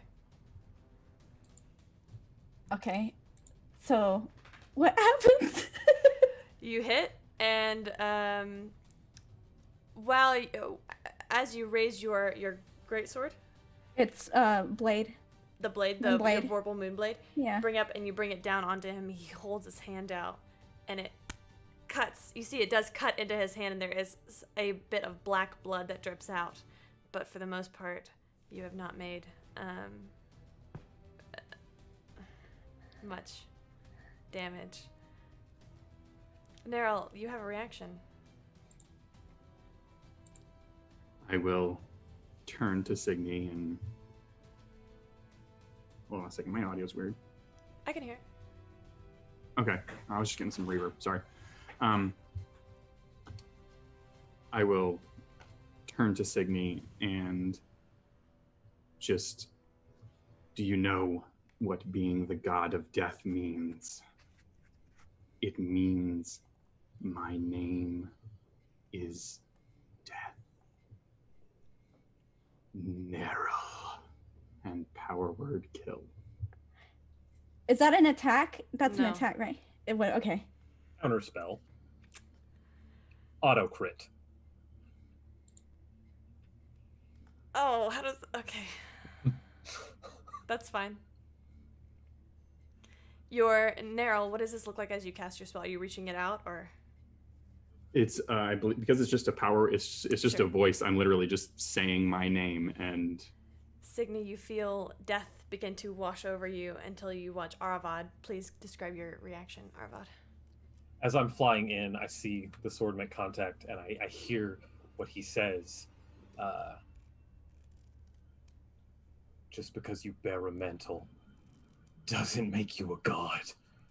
And I will just, a red energy will appear, and I break it into shards, and the shards fly through and rip his spell to pieces.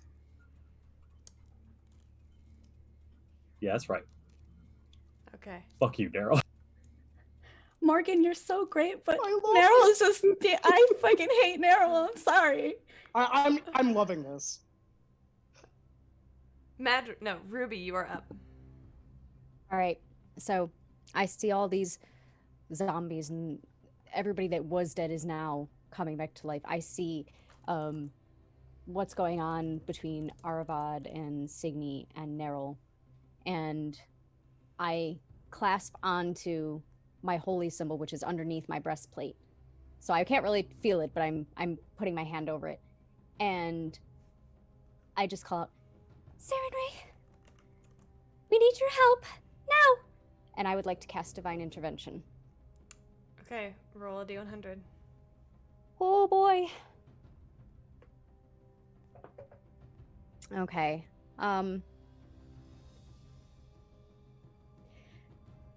As much as I want to use an advantage, I don't know what my number actually means, so 23.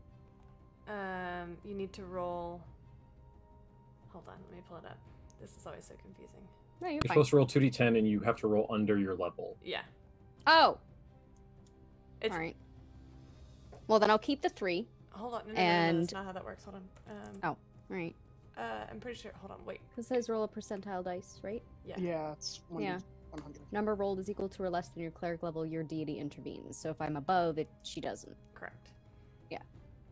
You watch as your prayer gets sent out and then just bounces off,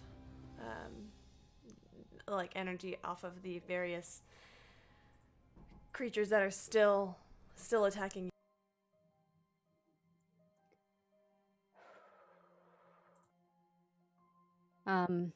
How far away is Aravad, Signy, and Neryl from me? About 100 feet. 100 feet? I'm going to start making my way over there. Okay.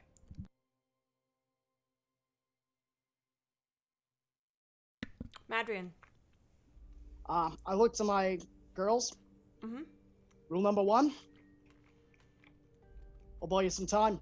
And I've got 3 advantages from Flacco alone in check, so I'm going to action surge for 6 attacks with my bow. And 2 of which, that I have advantage, I'm going to do the Entangling Shot, Arcane Shot, and I want to be specific. I'm aiming for his hands so he can't use them for spell casting. I want to try and tie him down to the ground with vines. There is no ground here. It is all freeform. Okay. Well, I'll try to bind him to him then. All right, I'm gonna keep the 34. I will keep that. Then I've got a 26. Okay. I've got a 27, and then I'm gonna use the 3 rerolls. A nat 20s for a 35, a 29, and a 15 plus 8 is 24. 20. No, 23. Yes. Okay, those all hit. What's the save for the entanglement? It is a, I believe it's strength, but let me just, takes 2d6 poison damage, his speed's reduced, and Sure. What is the actual save? What does he need DC to roll? 12. Okay. Now, what is the saving throw? Let's see, I don't don't know if it Strength? specifies. Yeah, I'm gonna say it's strength Okay. because that's athletics. I rolled a 15 and an 18. Now, what does this look like as you brush off these attacks? As these vines attempt to, as the arrows just bounce off of my skin, and the vines start to entangle and just wither and die, and crumble to ash and dust.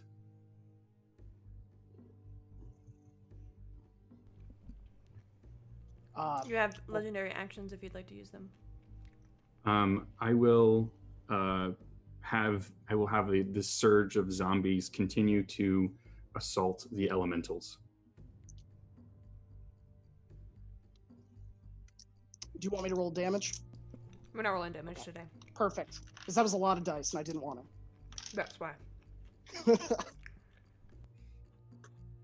And then I'm gonna. Ruby was behind cover, right? And now she's moving over towards him. I have 60 feet of movement. I will run up towards them, and I will use a bonus action for Healing Word on Signy.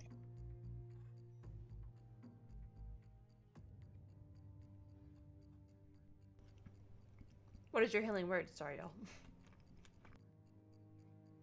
y'all. Heal? Oh, much. Go ahead and take your maximum.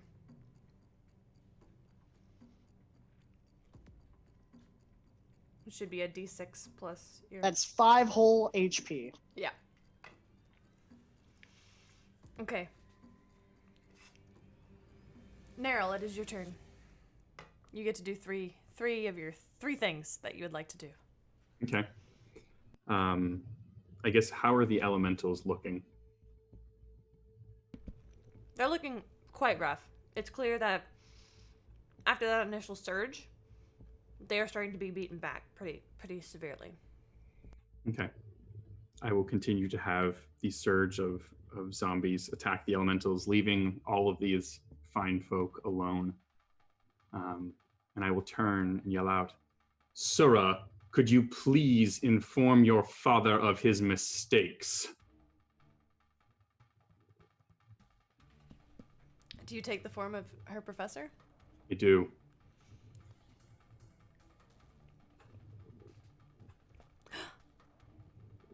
What would be the name that you had used? We're going to go real vampire here, and we're going to go, I think it'll be like, who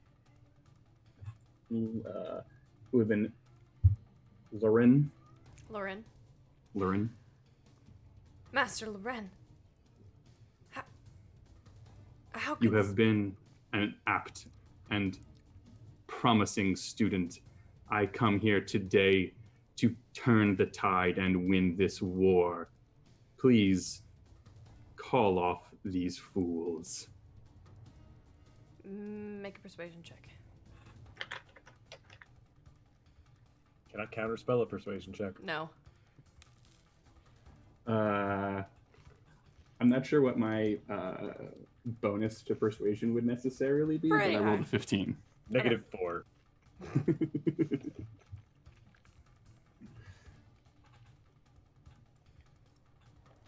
Surah, who had turned away, looks back and sees her teacher of several years. Madrine, you recognize the face of this man as well. This is the man who's been teaching your daughter for, well, on 7 years.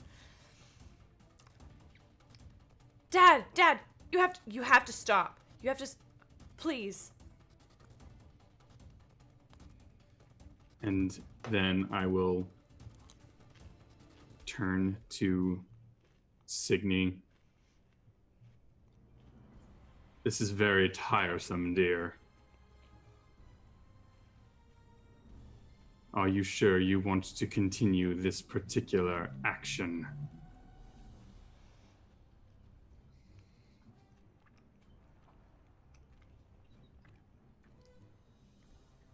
I do not fear death, and I do not fear you.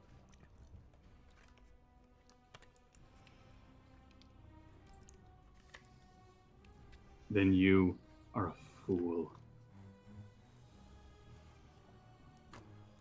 You have And I a will power word kill. power word kill.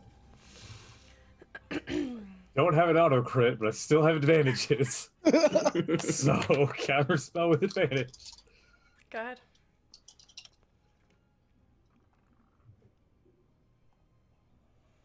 27. Oh my god, I hate the rules for counterspell. I mean, you can amend it. He's a god. You know what? I mean, if he has counterspell, he can counterspell your counterspell. I mean, I could. Yeah, we can do and- that. And he counterspells your counterspell at a higher level than your counterspell. And with that, Signy, for real, without intervention this time, you feel the life drain from you as you are pulled from your body. I hold in my hand a small, shimmering orb. As she drops to the ground. Falls lifeless. There's no ground, but same thing. Oh, right.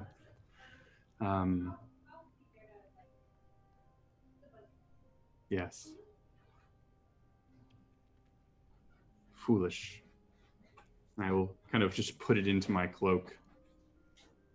Sura, is she absolutely necessary? She stares up at you in shock and horror.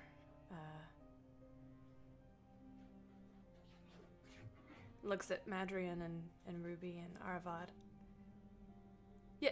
Yes, she is. Please.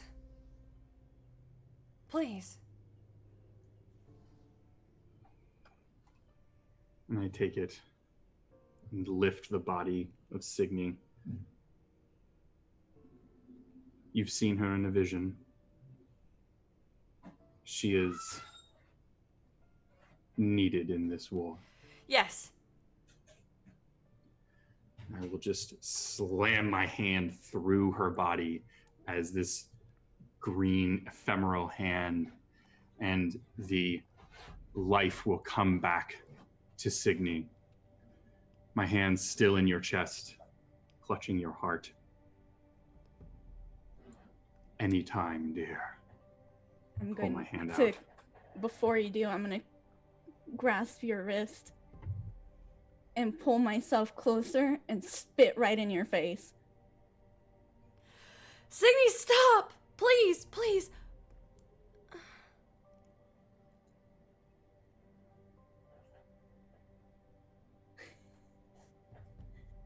Hold on.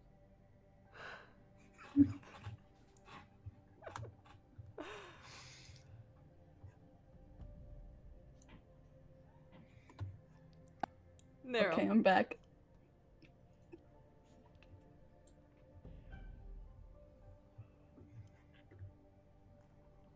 And then I will turn to whatever elemental chaos still is left and cast Circle of Death somewhere in the middle of like all of the elementals and just shadow them as I turn my back on all of these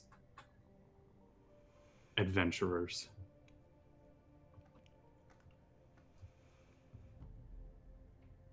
Signy, it's your turn.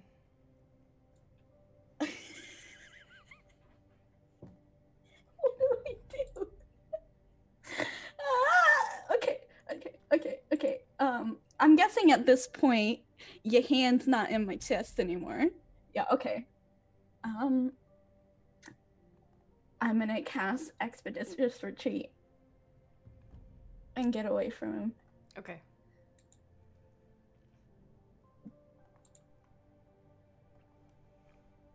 Easy enough to do. As I do, I'm going to, as I start going away, I'm going to give Sura the most pained look. Pained and confused and disbelief.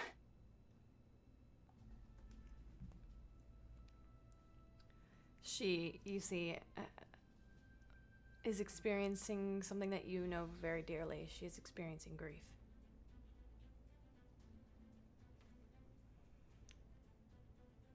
Asara and Seema have essentially no longer,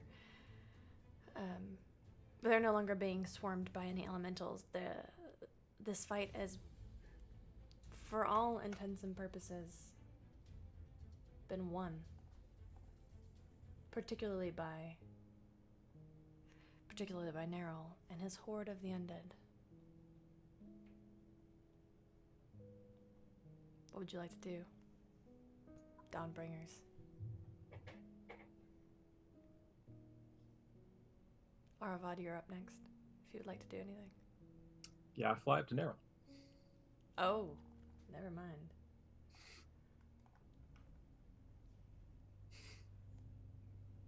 And?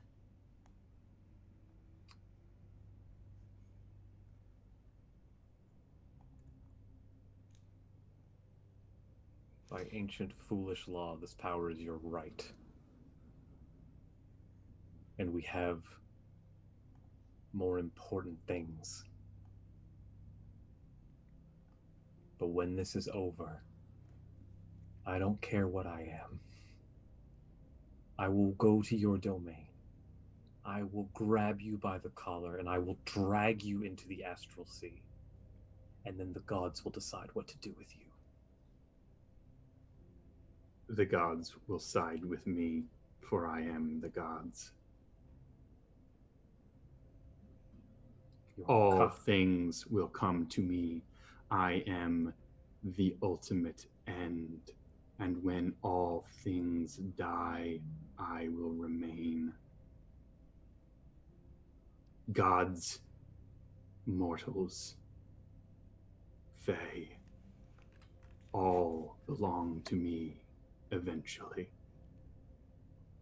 Your overconfidence will be your downfall. You will be replaced. You will be discarded, and you will be forgotten. I doubt that. None will ever see my power. Not getting real close. Aram thought that too. And then I will leave.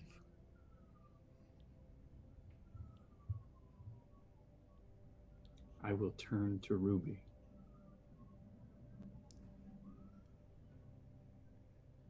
Young halfling, you had a spark that I admired and still do. Become a cleric of mine, and I can give you your heart's desire. And I pull up a faintly, ephemerally shimmering image of Isabella. She will be back, alive and well.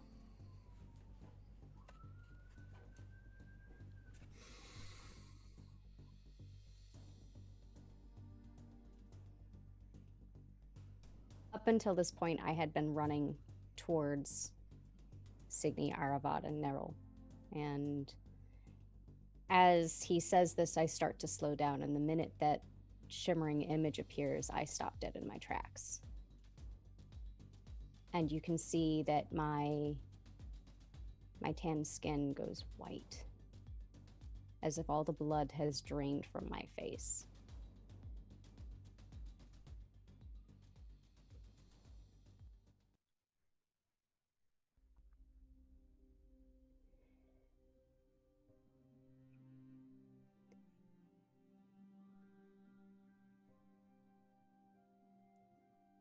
So freely, you offer your gifts? For such a small price? Be my cleric. Serve me and spread my word, as you have so effectively done for others.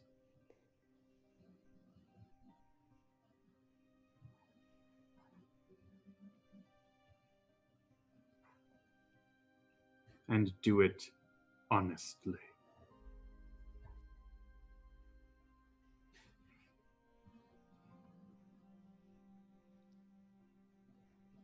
Ruby, a thought comes to you.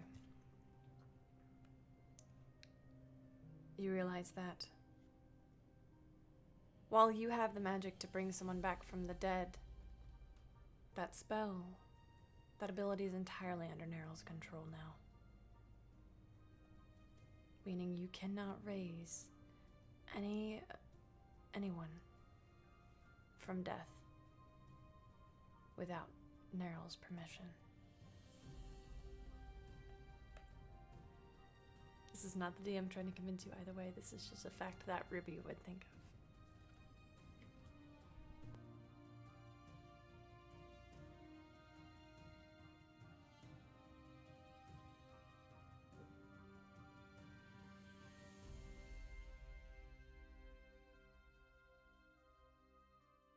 It takes but another moment for the blood to come back into my face, and when it does, it rushes, and my cheeks and my ears and my nose are bright red.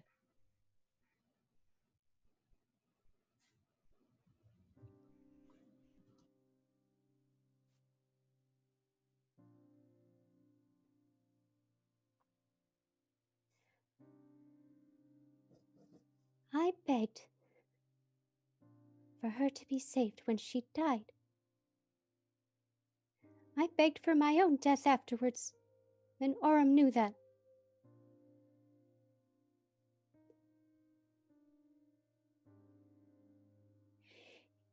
It was Sarenrae who showed me mercy.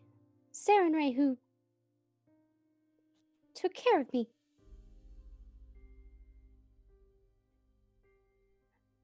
I could no more turn my back on her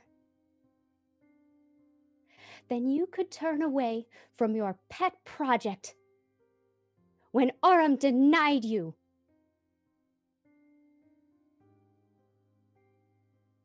And with that, I stand up taller. I will not serve you.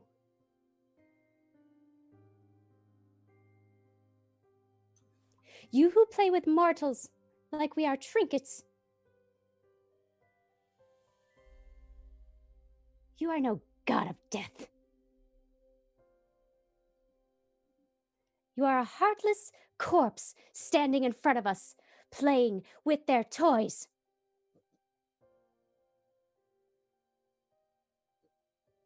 I will never be a cleric for you.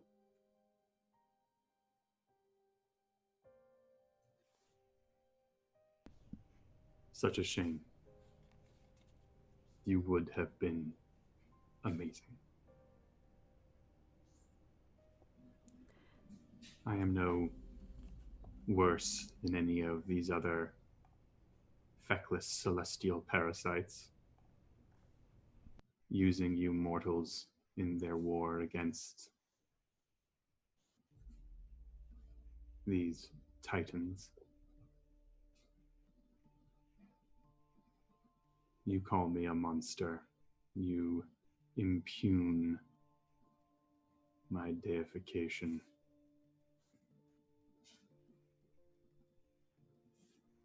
But I am not cruel.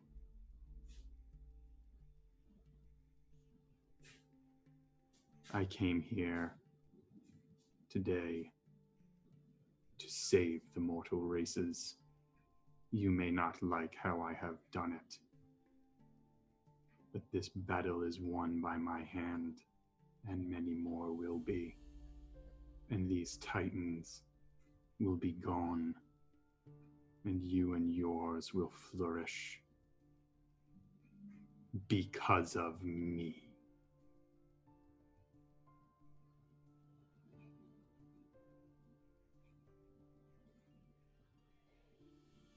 Just remember, Neryl, death comes to us all, even gods. I am well aware.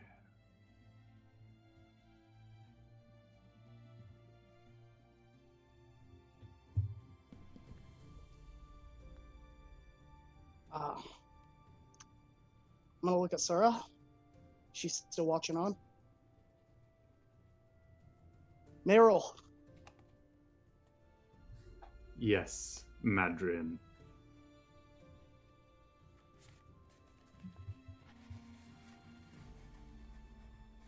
I'm gonna look at Ruby and look at Sarah. This is the first day you've been a god, and it's up to you how you take your first steps. Give Ruby the soul and let everyone that fought in this battle return. Show that you're someone that should be worshipped not out of fear, but out of love. That you do truly fight for the mortals. And as I'm saying this, I'm gonna walk. I'm gonna use my little wings, and I'm gonna walk over to the nearest corpse, and I'm gonna try and cast what is it? Revivify.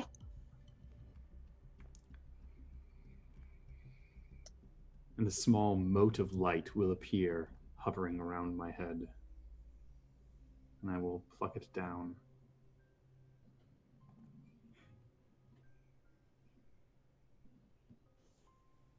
Denied.